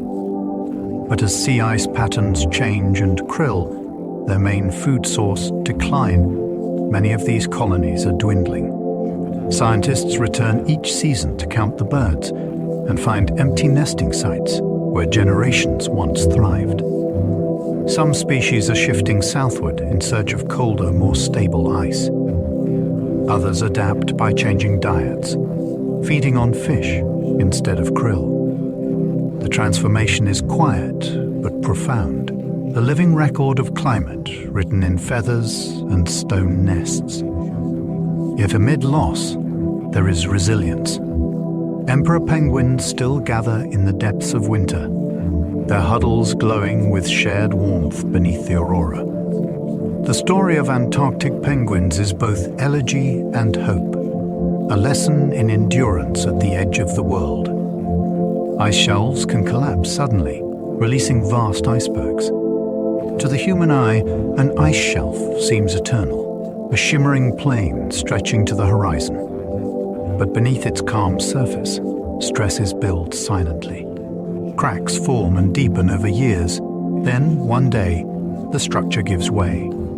In hours, a slab of ice the size of a small country can break free, fracturing into icebergs that drift into the sea. Satellites have recorded these collapses, such as the sudden disintegration of the Larsen B ice shelf in 2002, an event that shocked scientists and changed our understanding of ice dynamics. The sound of such a collapse is said to resemble thunder rolling from every direction at once. These events remind us that even the most ancient ice is not still. It lives, moves, and occasionally dies in moments of magnificent violence, reshaping coastlines and rewriting maps. Indigenous Arctic communities face threats from changing ice and seasons. For thousands of years, indigenous peoples across the Arctic, Inuit, Sami, Chukchi, and many others, have lived in harmony with the rhythms of ice and sky. But now, those rhythms are changing. Sea ice forms later, melts earlier, and migratory animals follow new patterns. Traditional hunting routes become treacherous as once stable ice thins. Thawing permafrost damages homes and sacred lands, while erosion eats away at coastal villages. Yet these communities hold immense knowledge, passed through generations, reading winds, stars, and snow to survive where few others could. Many are now combining ancestral wisdom with modern science to adapt. Their resilience is as deep as the Arctic itself, rooted, flexible, and wise. As the world looks north for answers, indigenous voices remind us that the future of the Arctic is inseparable from the people who have always called it home. Retreating Greenland glaciers reveal new islands and fjords. As Greenland's glaciers shrink, their retreat uncovers hidden landscapes that have not seen sunlight for thousands of years. New fjords emerge, stretching inland where ice once lay thick, and isolated ridges become islands in the melting flow. Scientists map these freshly revealed features using satellites and ships, documenting the birth of coastlines in real time. The process is breathtaking and bittersweet, creation through loss. Where ice walls once towered, waterfalls now plunge into green-blue seas. Each new island is both discovery and warning, evidence of a world in transition. In their meltwater flows the story of Earth's changing climate, carving paths that lead from ancient ice into an uncertain future. To stand before a glacier's retreat is to witness geology sped up to human time, the planet rewriting its own edges, line by line. Arctic mosquitoes can swarm so thickly they form living clouds. Summer in the Arctic brings not only light and thaw, but a living storm of mosquitoes. As tundra ponds and melting snow create temporary wetlands, countless larvae hatch in synchrony, rising into the air in dense, humming clouds. These swarms can be so thick that caribou stampede to escape them, and researchers must wear netted hoods just to breathe. The insects thrive in the brief warmth, reproducing with furious speed before the next freeze arrives. Despite their nuisance, they are vital to the ecosystem, food for migratory birds and fish, part of the seasonal pulse that sustains Arctic life. In the glow of endless daylight, their wings catch the sun, turning the air into a shimmering haze of motion. Even in the land of ice, life finds a way to fill every fleeting moment of warmth. Blood Falls in Antarctica pours red, iron-rich water from beneath the ice. At the edge of Taylor Glacier in Antarctica, a strange waterfall stains the ice with crimson. Known as Blood Falls, it is not made of blood, but of briny water rich in iron and oxidized by air. Trapped beneath the glacier for nearly 2 million years, this salty, oxygen-poor liquid carries microbial life that survives without sunlight. When it seeps through cracks and meets the air, the iron rusts, painting the ice with eerie red streaks. Scientists studying blood falls are uncovering clues about how life might exist on icy moons like Europa or Enceladus. Beneath its surreal beauty lies a living chemistry older than human history, a message written in rust and ice that even in darkness, life persists. The glacier bleeds, but what flows from it is not death. It is endurance, hidden and ancient. Antarctic fish produce antifreeze proteins to survive freezing seas. In the sub-zero waters around Antarctica, most fish would freeze solid in minutes. Yet many species thrive there, thanks to a remarkable adaptation: antifreeze proteins circulating in their blood. These molecules prevent ice crystals from forming inside their bodies, allowing them to swim in water colder than their own freezing point. Among the most extraordinary are the ice fish, whose blood is clear, lacking hemoglobin entirely. Scientists believe these adaptations evolved millions of years ago as the Southern Ocean cooled. Today, researchers study these proteins to inspire cryogenics and medicine, hoping to preserve human cells as nature preserves these fish. To see them gliding under the ice, translucent and slow-moving, is to glimpse evolution's quiet genius. Life rewriting its chemistry to survive in a world made of cold. Frost flowers bloom like delicate crystals across new sea ice. When calm air meets freshly frozen sea, the surface becomes a garden of frost flowers, fragile ice formations that sprout in clusters, each one unique. They form when warm vapor rises from the sea and crystallizes instantly in the cold, creating intricate branching patterns that sparkle in morning light. Under a microscope, each flower is a masterpiece of geometry, fleeting and impossibly detailed. Scientists have discovered that frost flowers are not just beautiful, they are also laboratories of chemistry, concentrating salt and organic compounds from the sea below. As they evaporate or are swept away by wind, they release these elements back into the air, influencing the Arctic's delicate balance. For a few hours before the wind erases them, the ice becomes a frozen meadow, a quiet crystalline bloom at the edge of the world. Shifting ice flows can groan and thunder across the ocean. The Arctic Ocean is never truly still. Its surface is a mosaic of drifting flows that press and scrape against one another, pushed by wind and current. When two masses of ice collide, the sound can be startling. A deep groan, a crack like a gunshot, or a rolling thunder that travels for kilometers.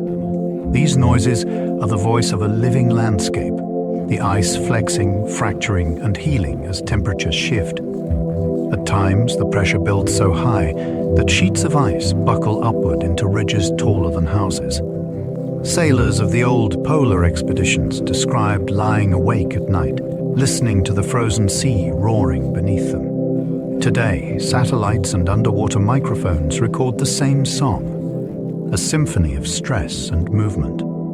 Beneath that haunting soundscape, the Arctic continues its endless slow dance between solid and liquid, silence and sound, night and day.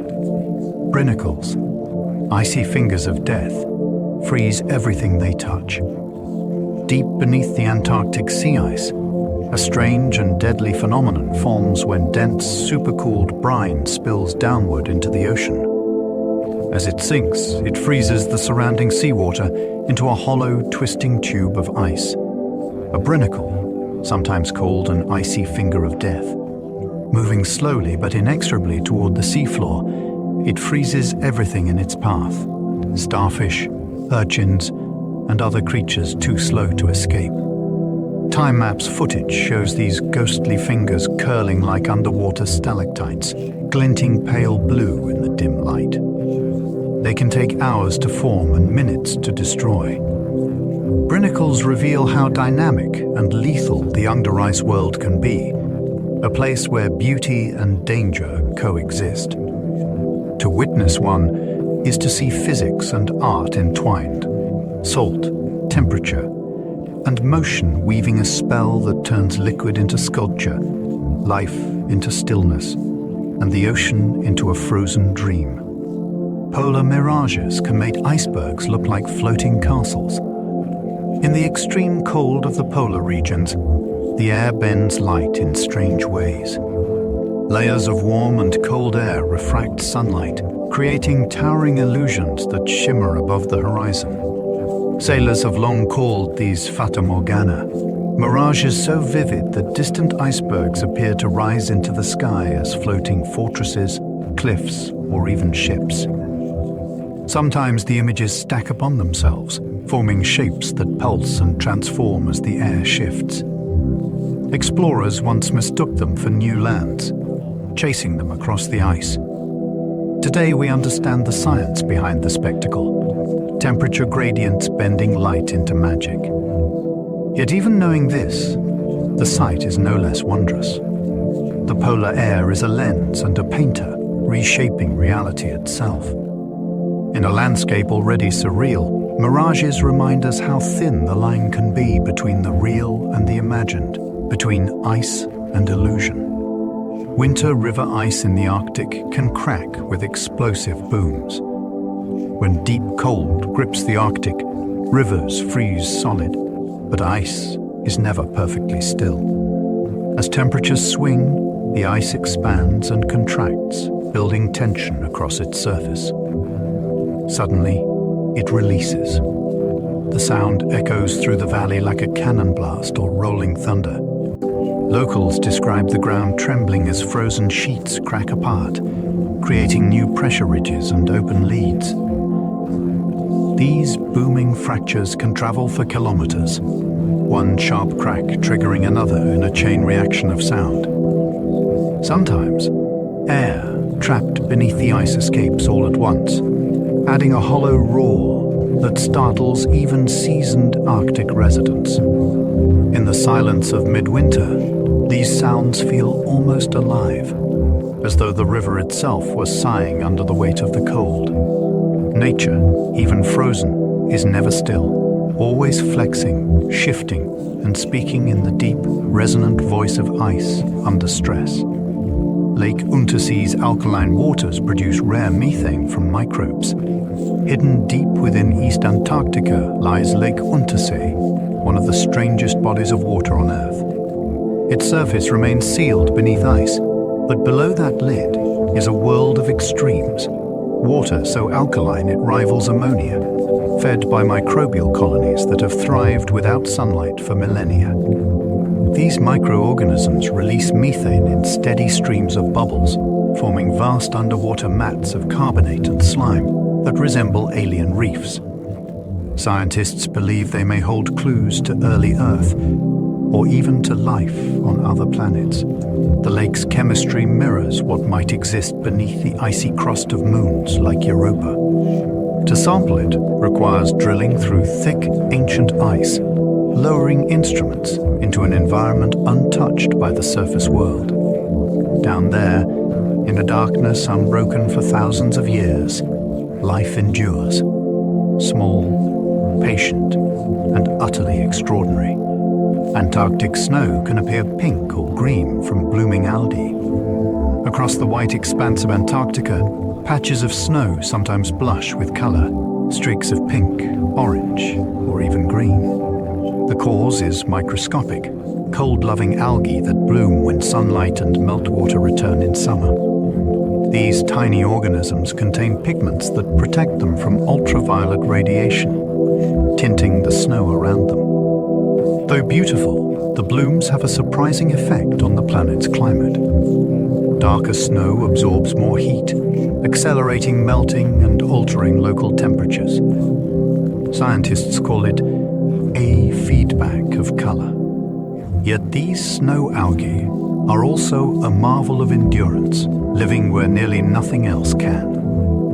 They photosynthesize in freezing water, reproduce in ice, and vanish again when winter returns. To see them is to realize that even Antarctica, a place of silence and desolation, is alive at the smallest scales, its snowfields blooming softly under the midnight sun. The polar regions offer some of the clearest skies on Earth. Far from pollution and moisture, the air over the poles is astonishingly pure. In winter, when the sun disappears and temperatures plummet, the sky becomes a window into the cosmos. There is little dust, little turbulence, just crystalline stillness. At observatories like those on the Antarctic plateau, scientists can observe faint signals that are blurred or hidden elsewhere. Even the stars seem sharper, their light barely twinkling. During calm nights, the atmosphere is so transparent that distant planets and the Milky Way appear with startling clarity. For astronomers, it is paradise for anyone else. It is a reminder of scale. Beneath those flawless skies, the Earth feels both immense and small, a glowing sphere adrift in space, breathing quietly beneath an endless sea of stars. In polar night, stars circle the horizon without rising or setting. During the long months of polar night, when the sun never climbs above the horizon, the sky performs a slow and beautiful motion. Stars do not rise or set. Instead, they circle endlessly around a single point, the celestial pole. To those who live and work in the high latitudes, this motion becomes hypnotic, a nightly clock that measures time without light. The constellations trace gentle spirals, Orion tipping sideways, the Southern Cross wheeling low and patient. With no dawn to divide the days, time stretches and folds, and the world feels suspended. In this endless twilight, one understands why ancient people imagined the heavens as a turning dome, steady, eternal, and profoundly calm. Even the darkness has rhythm here, and in the cold, still air, the stars seem close enough to touch. At the South Pole, the sun rises and sets only once per year. The rhythm of day and night at the South Pole follows a pattern unlike anywhere else on Earth. Each year, the sun rises once, in September, and circles the horizon for months, climbing higher each day. Then, in March, it dips lower and lower until it sets, plunging the pole into 6 months of unbroken night. During that darkness, temperatures drop below -70 degrees Celsius, and the world glows only by starlight and aurora. For the small teams who overwinter at the Amundsen Scott Station, the year's single sunset feels monumental, a marker of courage and patience. When the sun finally returns, it rises not as a dawn, but as a resurrection. At the South Pole, time moves in vast luminous arcs, reminding humanity that our days are measured by the tilt of the spinning world. Earth's tilt, which creates seasons, is felt most dramatically at the poles. The reason Earth has seasons is simple but profound. The planet's axis is tilted about 23.5 degrees. Nowhere is that tilt more powerfully expressed than at the poles.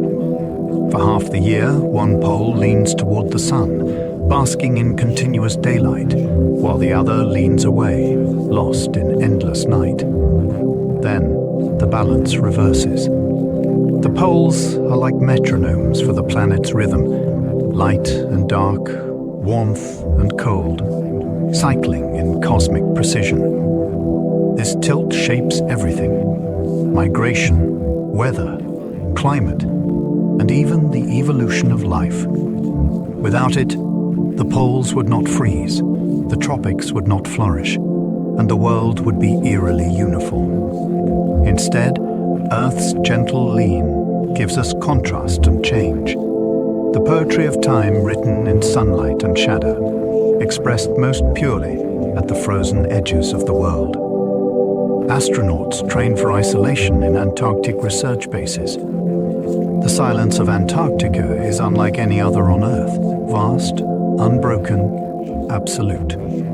For this reason, space agencies send astronauts there to prepare for life beyond the planet.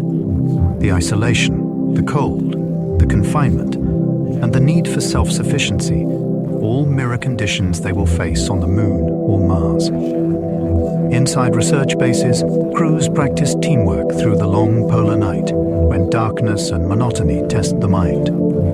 Outside, they learn to work in bulky suits, navigate in whiteouts, and handle equipment in sub-zero temperatures. The environment becomes both teacher and mirror, showing them what endurance truly means.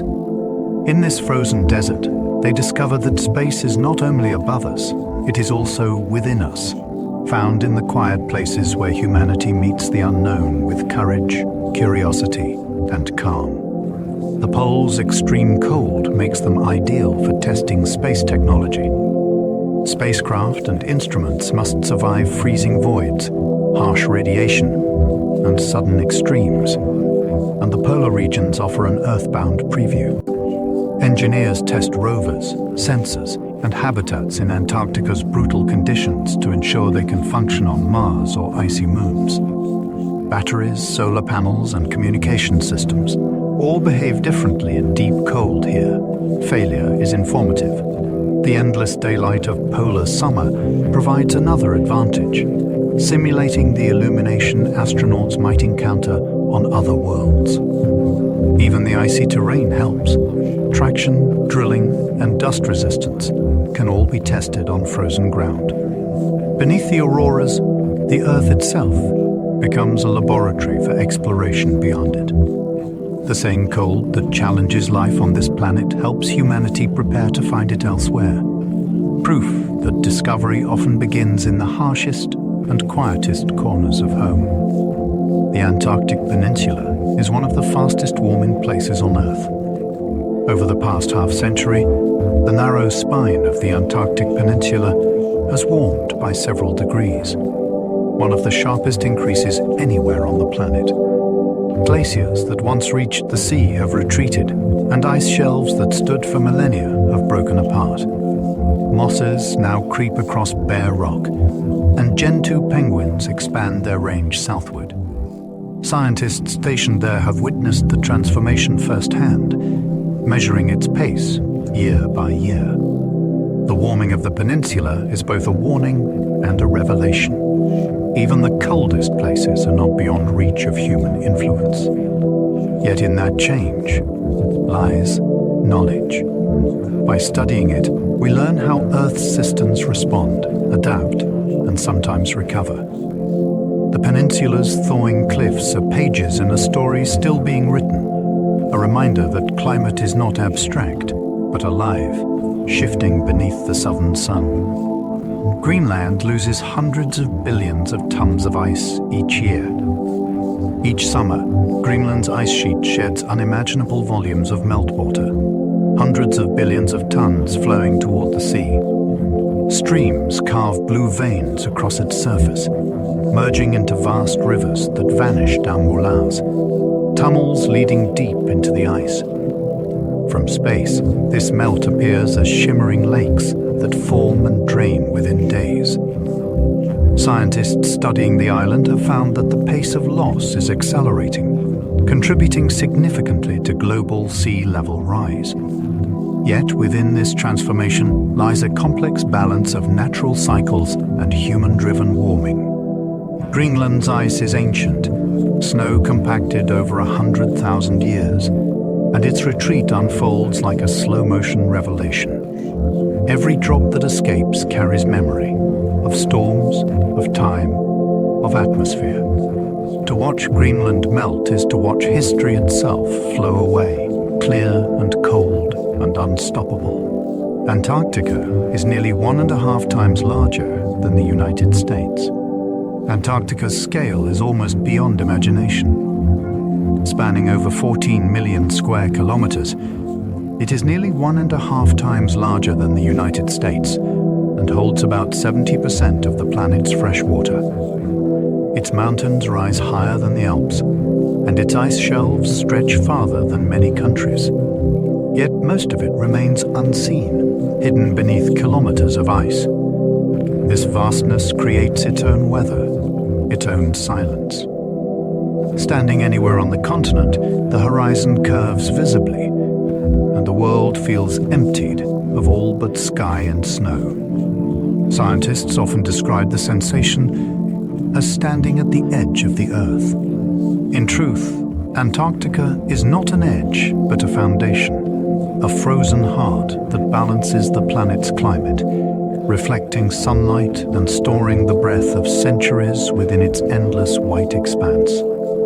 The Arctic Ocean is the smallest and shallowest ocean on Earth. Encircled by continents, the Arctic Ocean is the smallest and most enclosed of the world's seas, yet it is also among the most dynamic.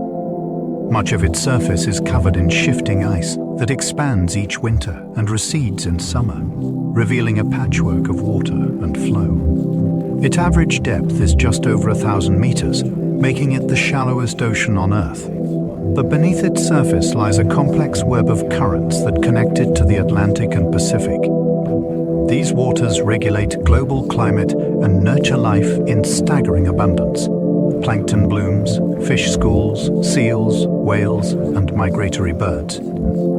It is an ocean defined by rhythm rather than size, a breathing, circulating world that proves greatness is not measured in scale, but in the quiet persistence of its pulse. The Ross Ice Shelf is larger than the entire country of France. The Ross Ice Shelf, a floating slab of glacier ice attached to Antarctica's coast, is so vast it defies perspective. Covering more than 500,000 square kilometers, larger than France, it forms a barrier between land ice and the open sea.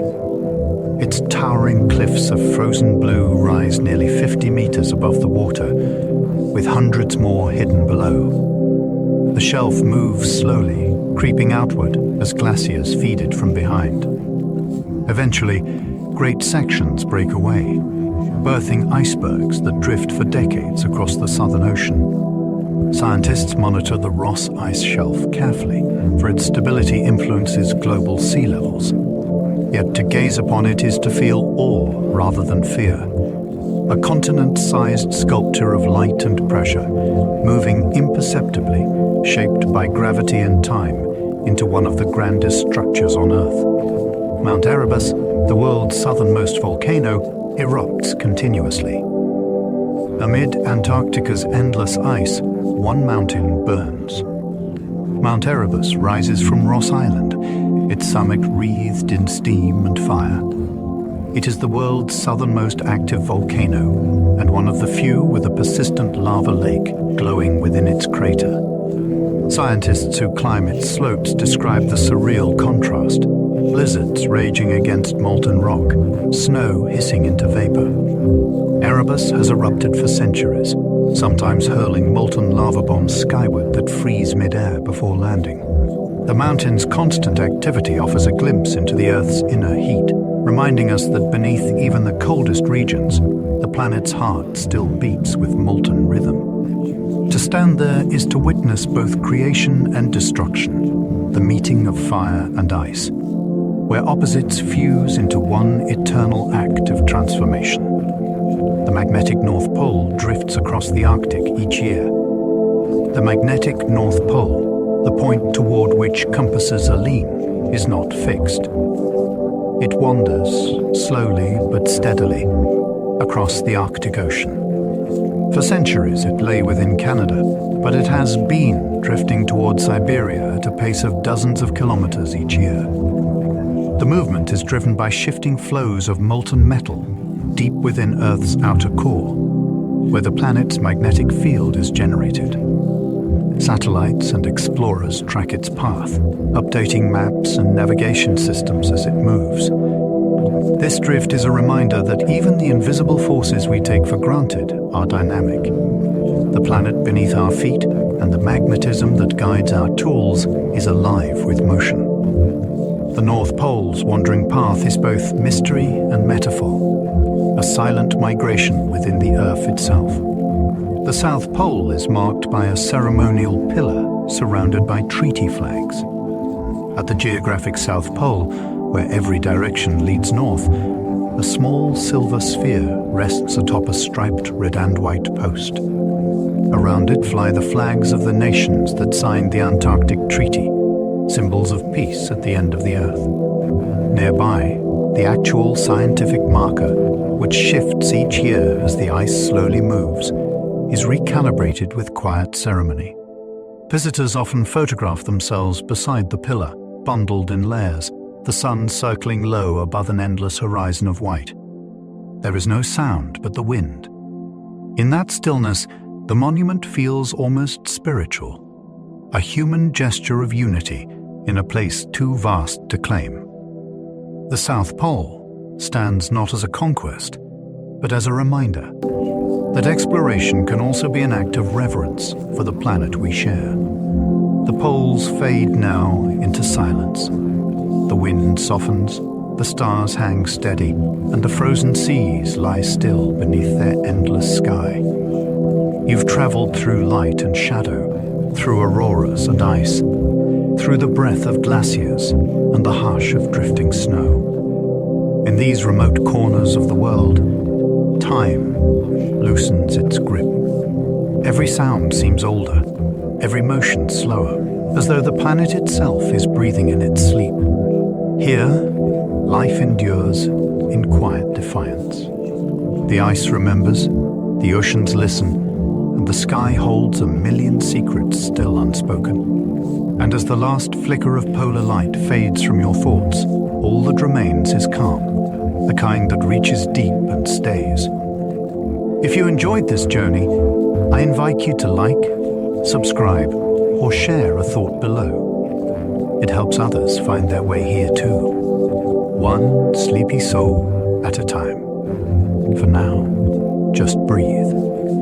Let your mind drift, and let the world's cold edges cradle you in peace, vast, ancient, and beautifully still.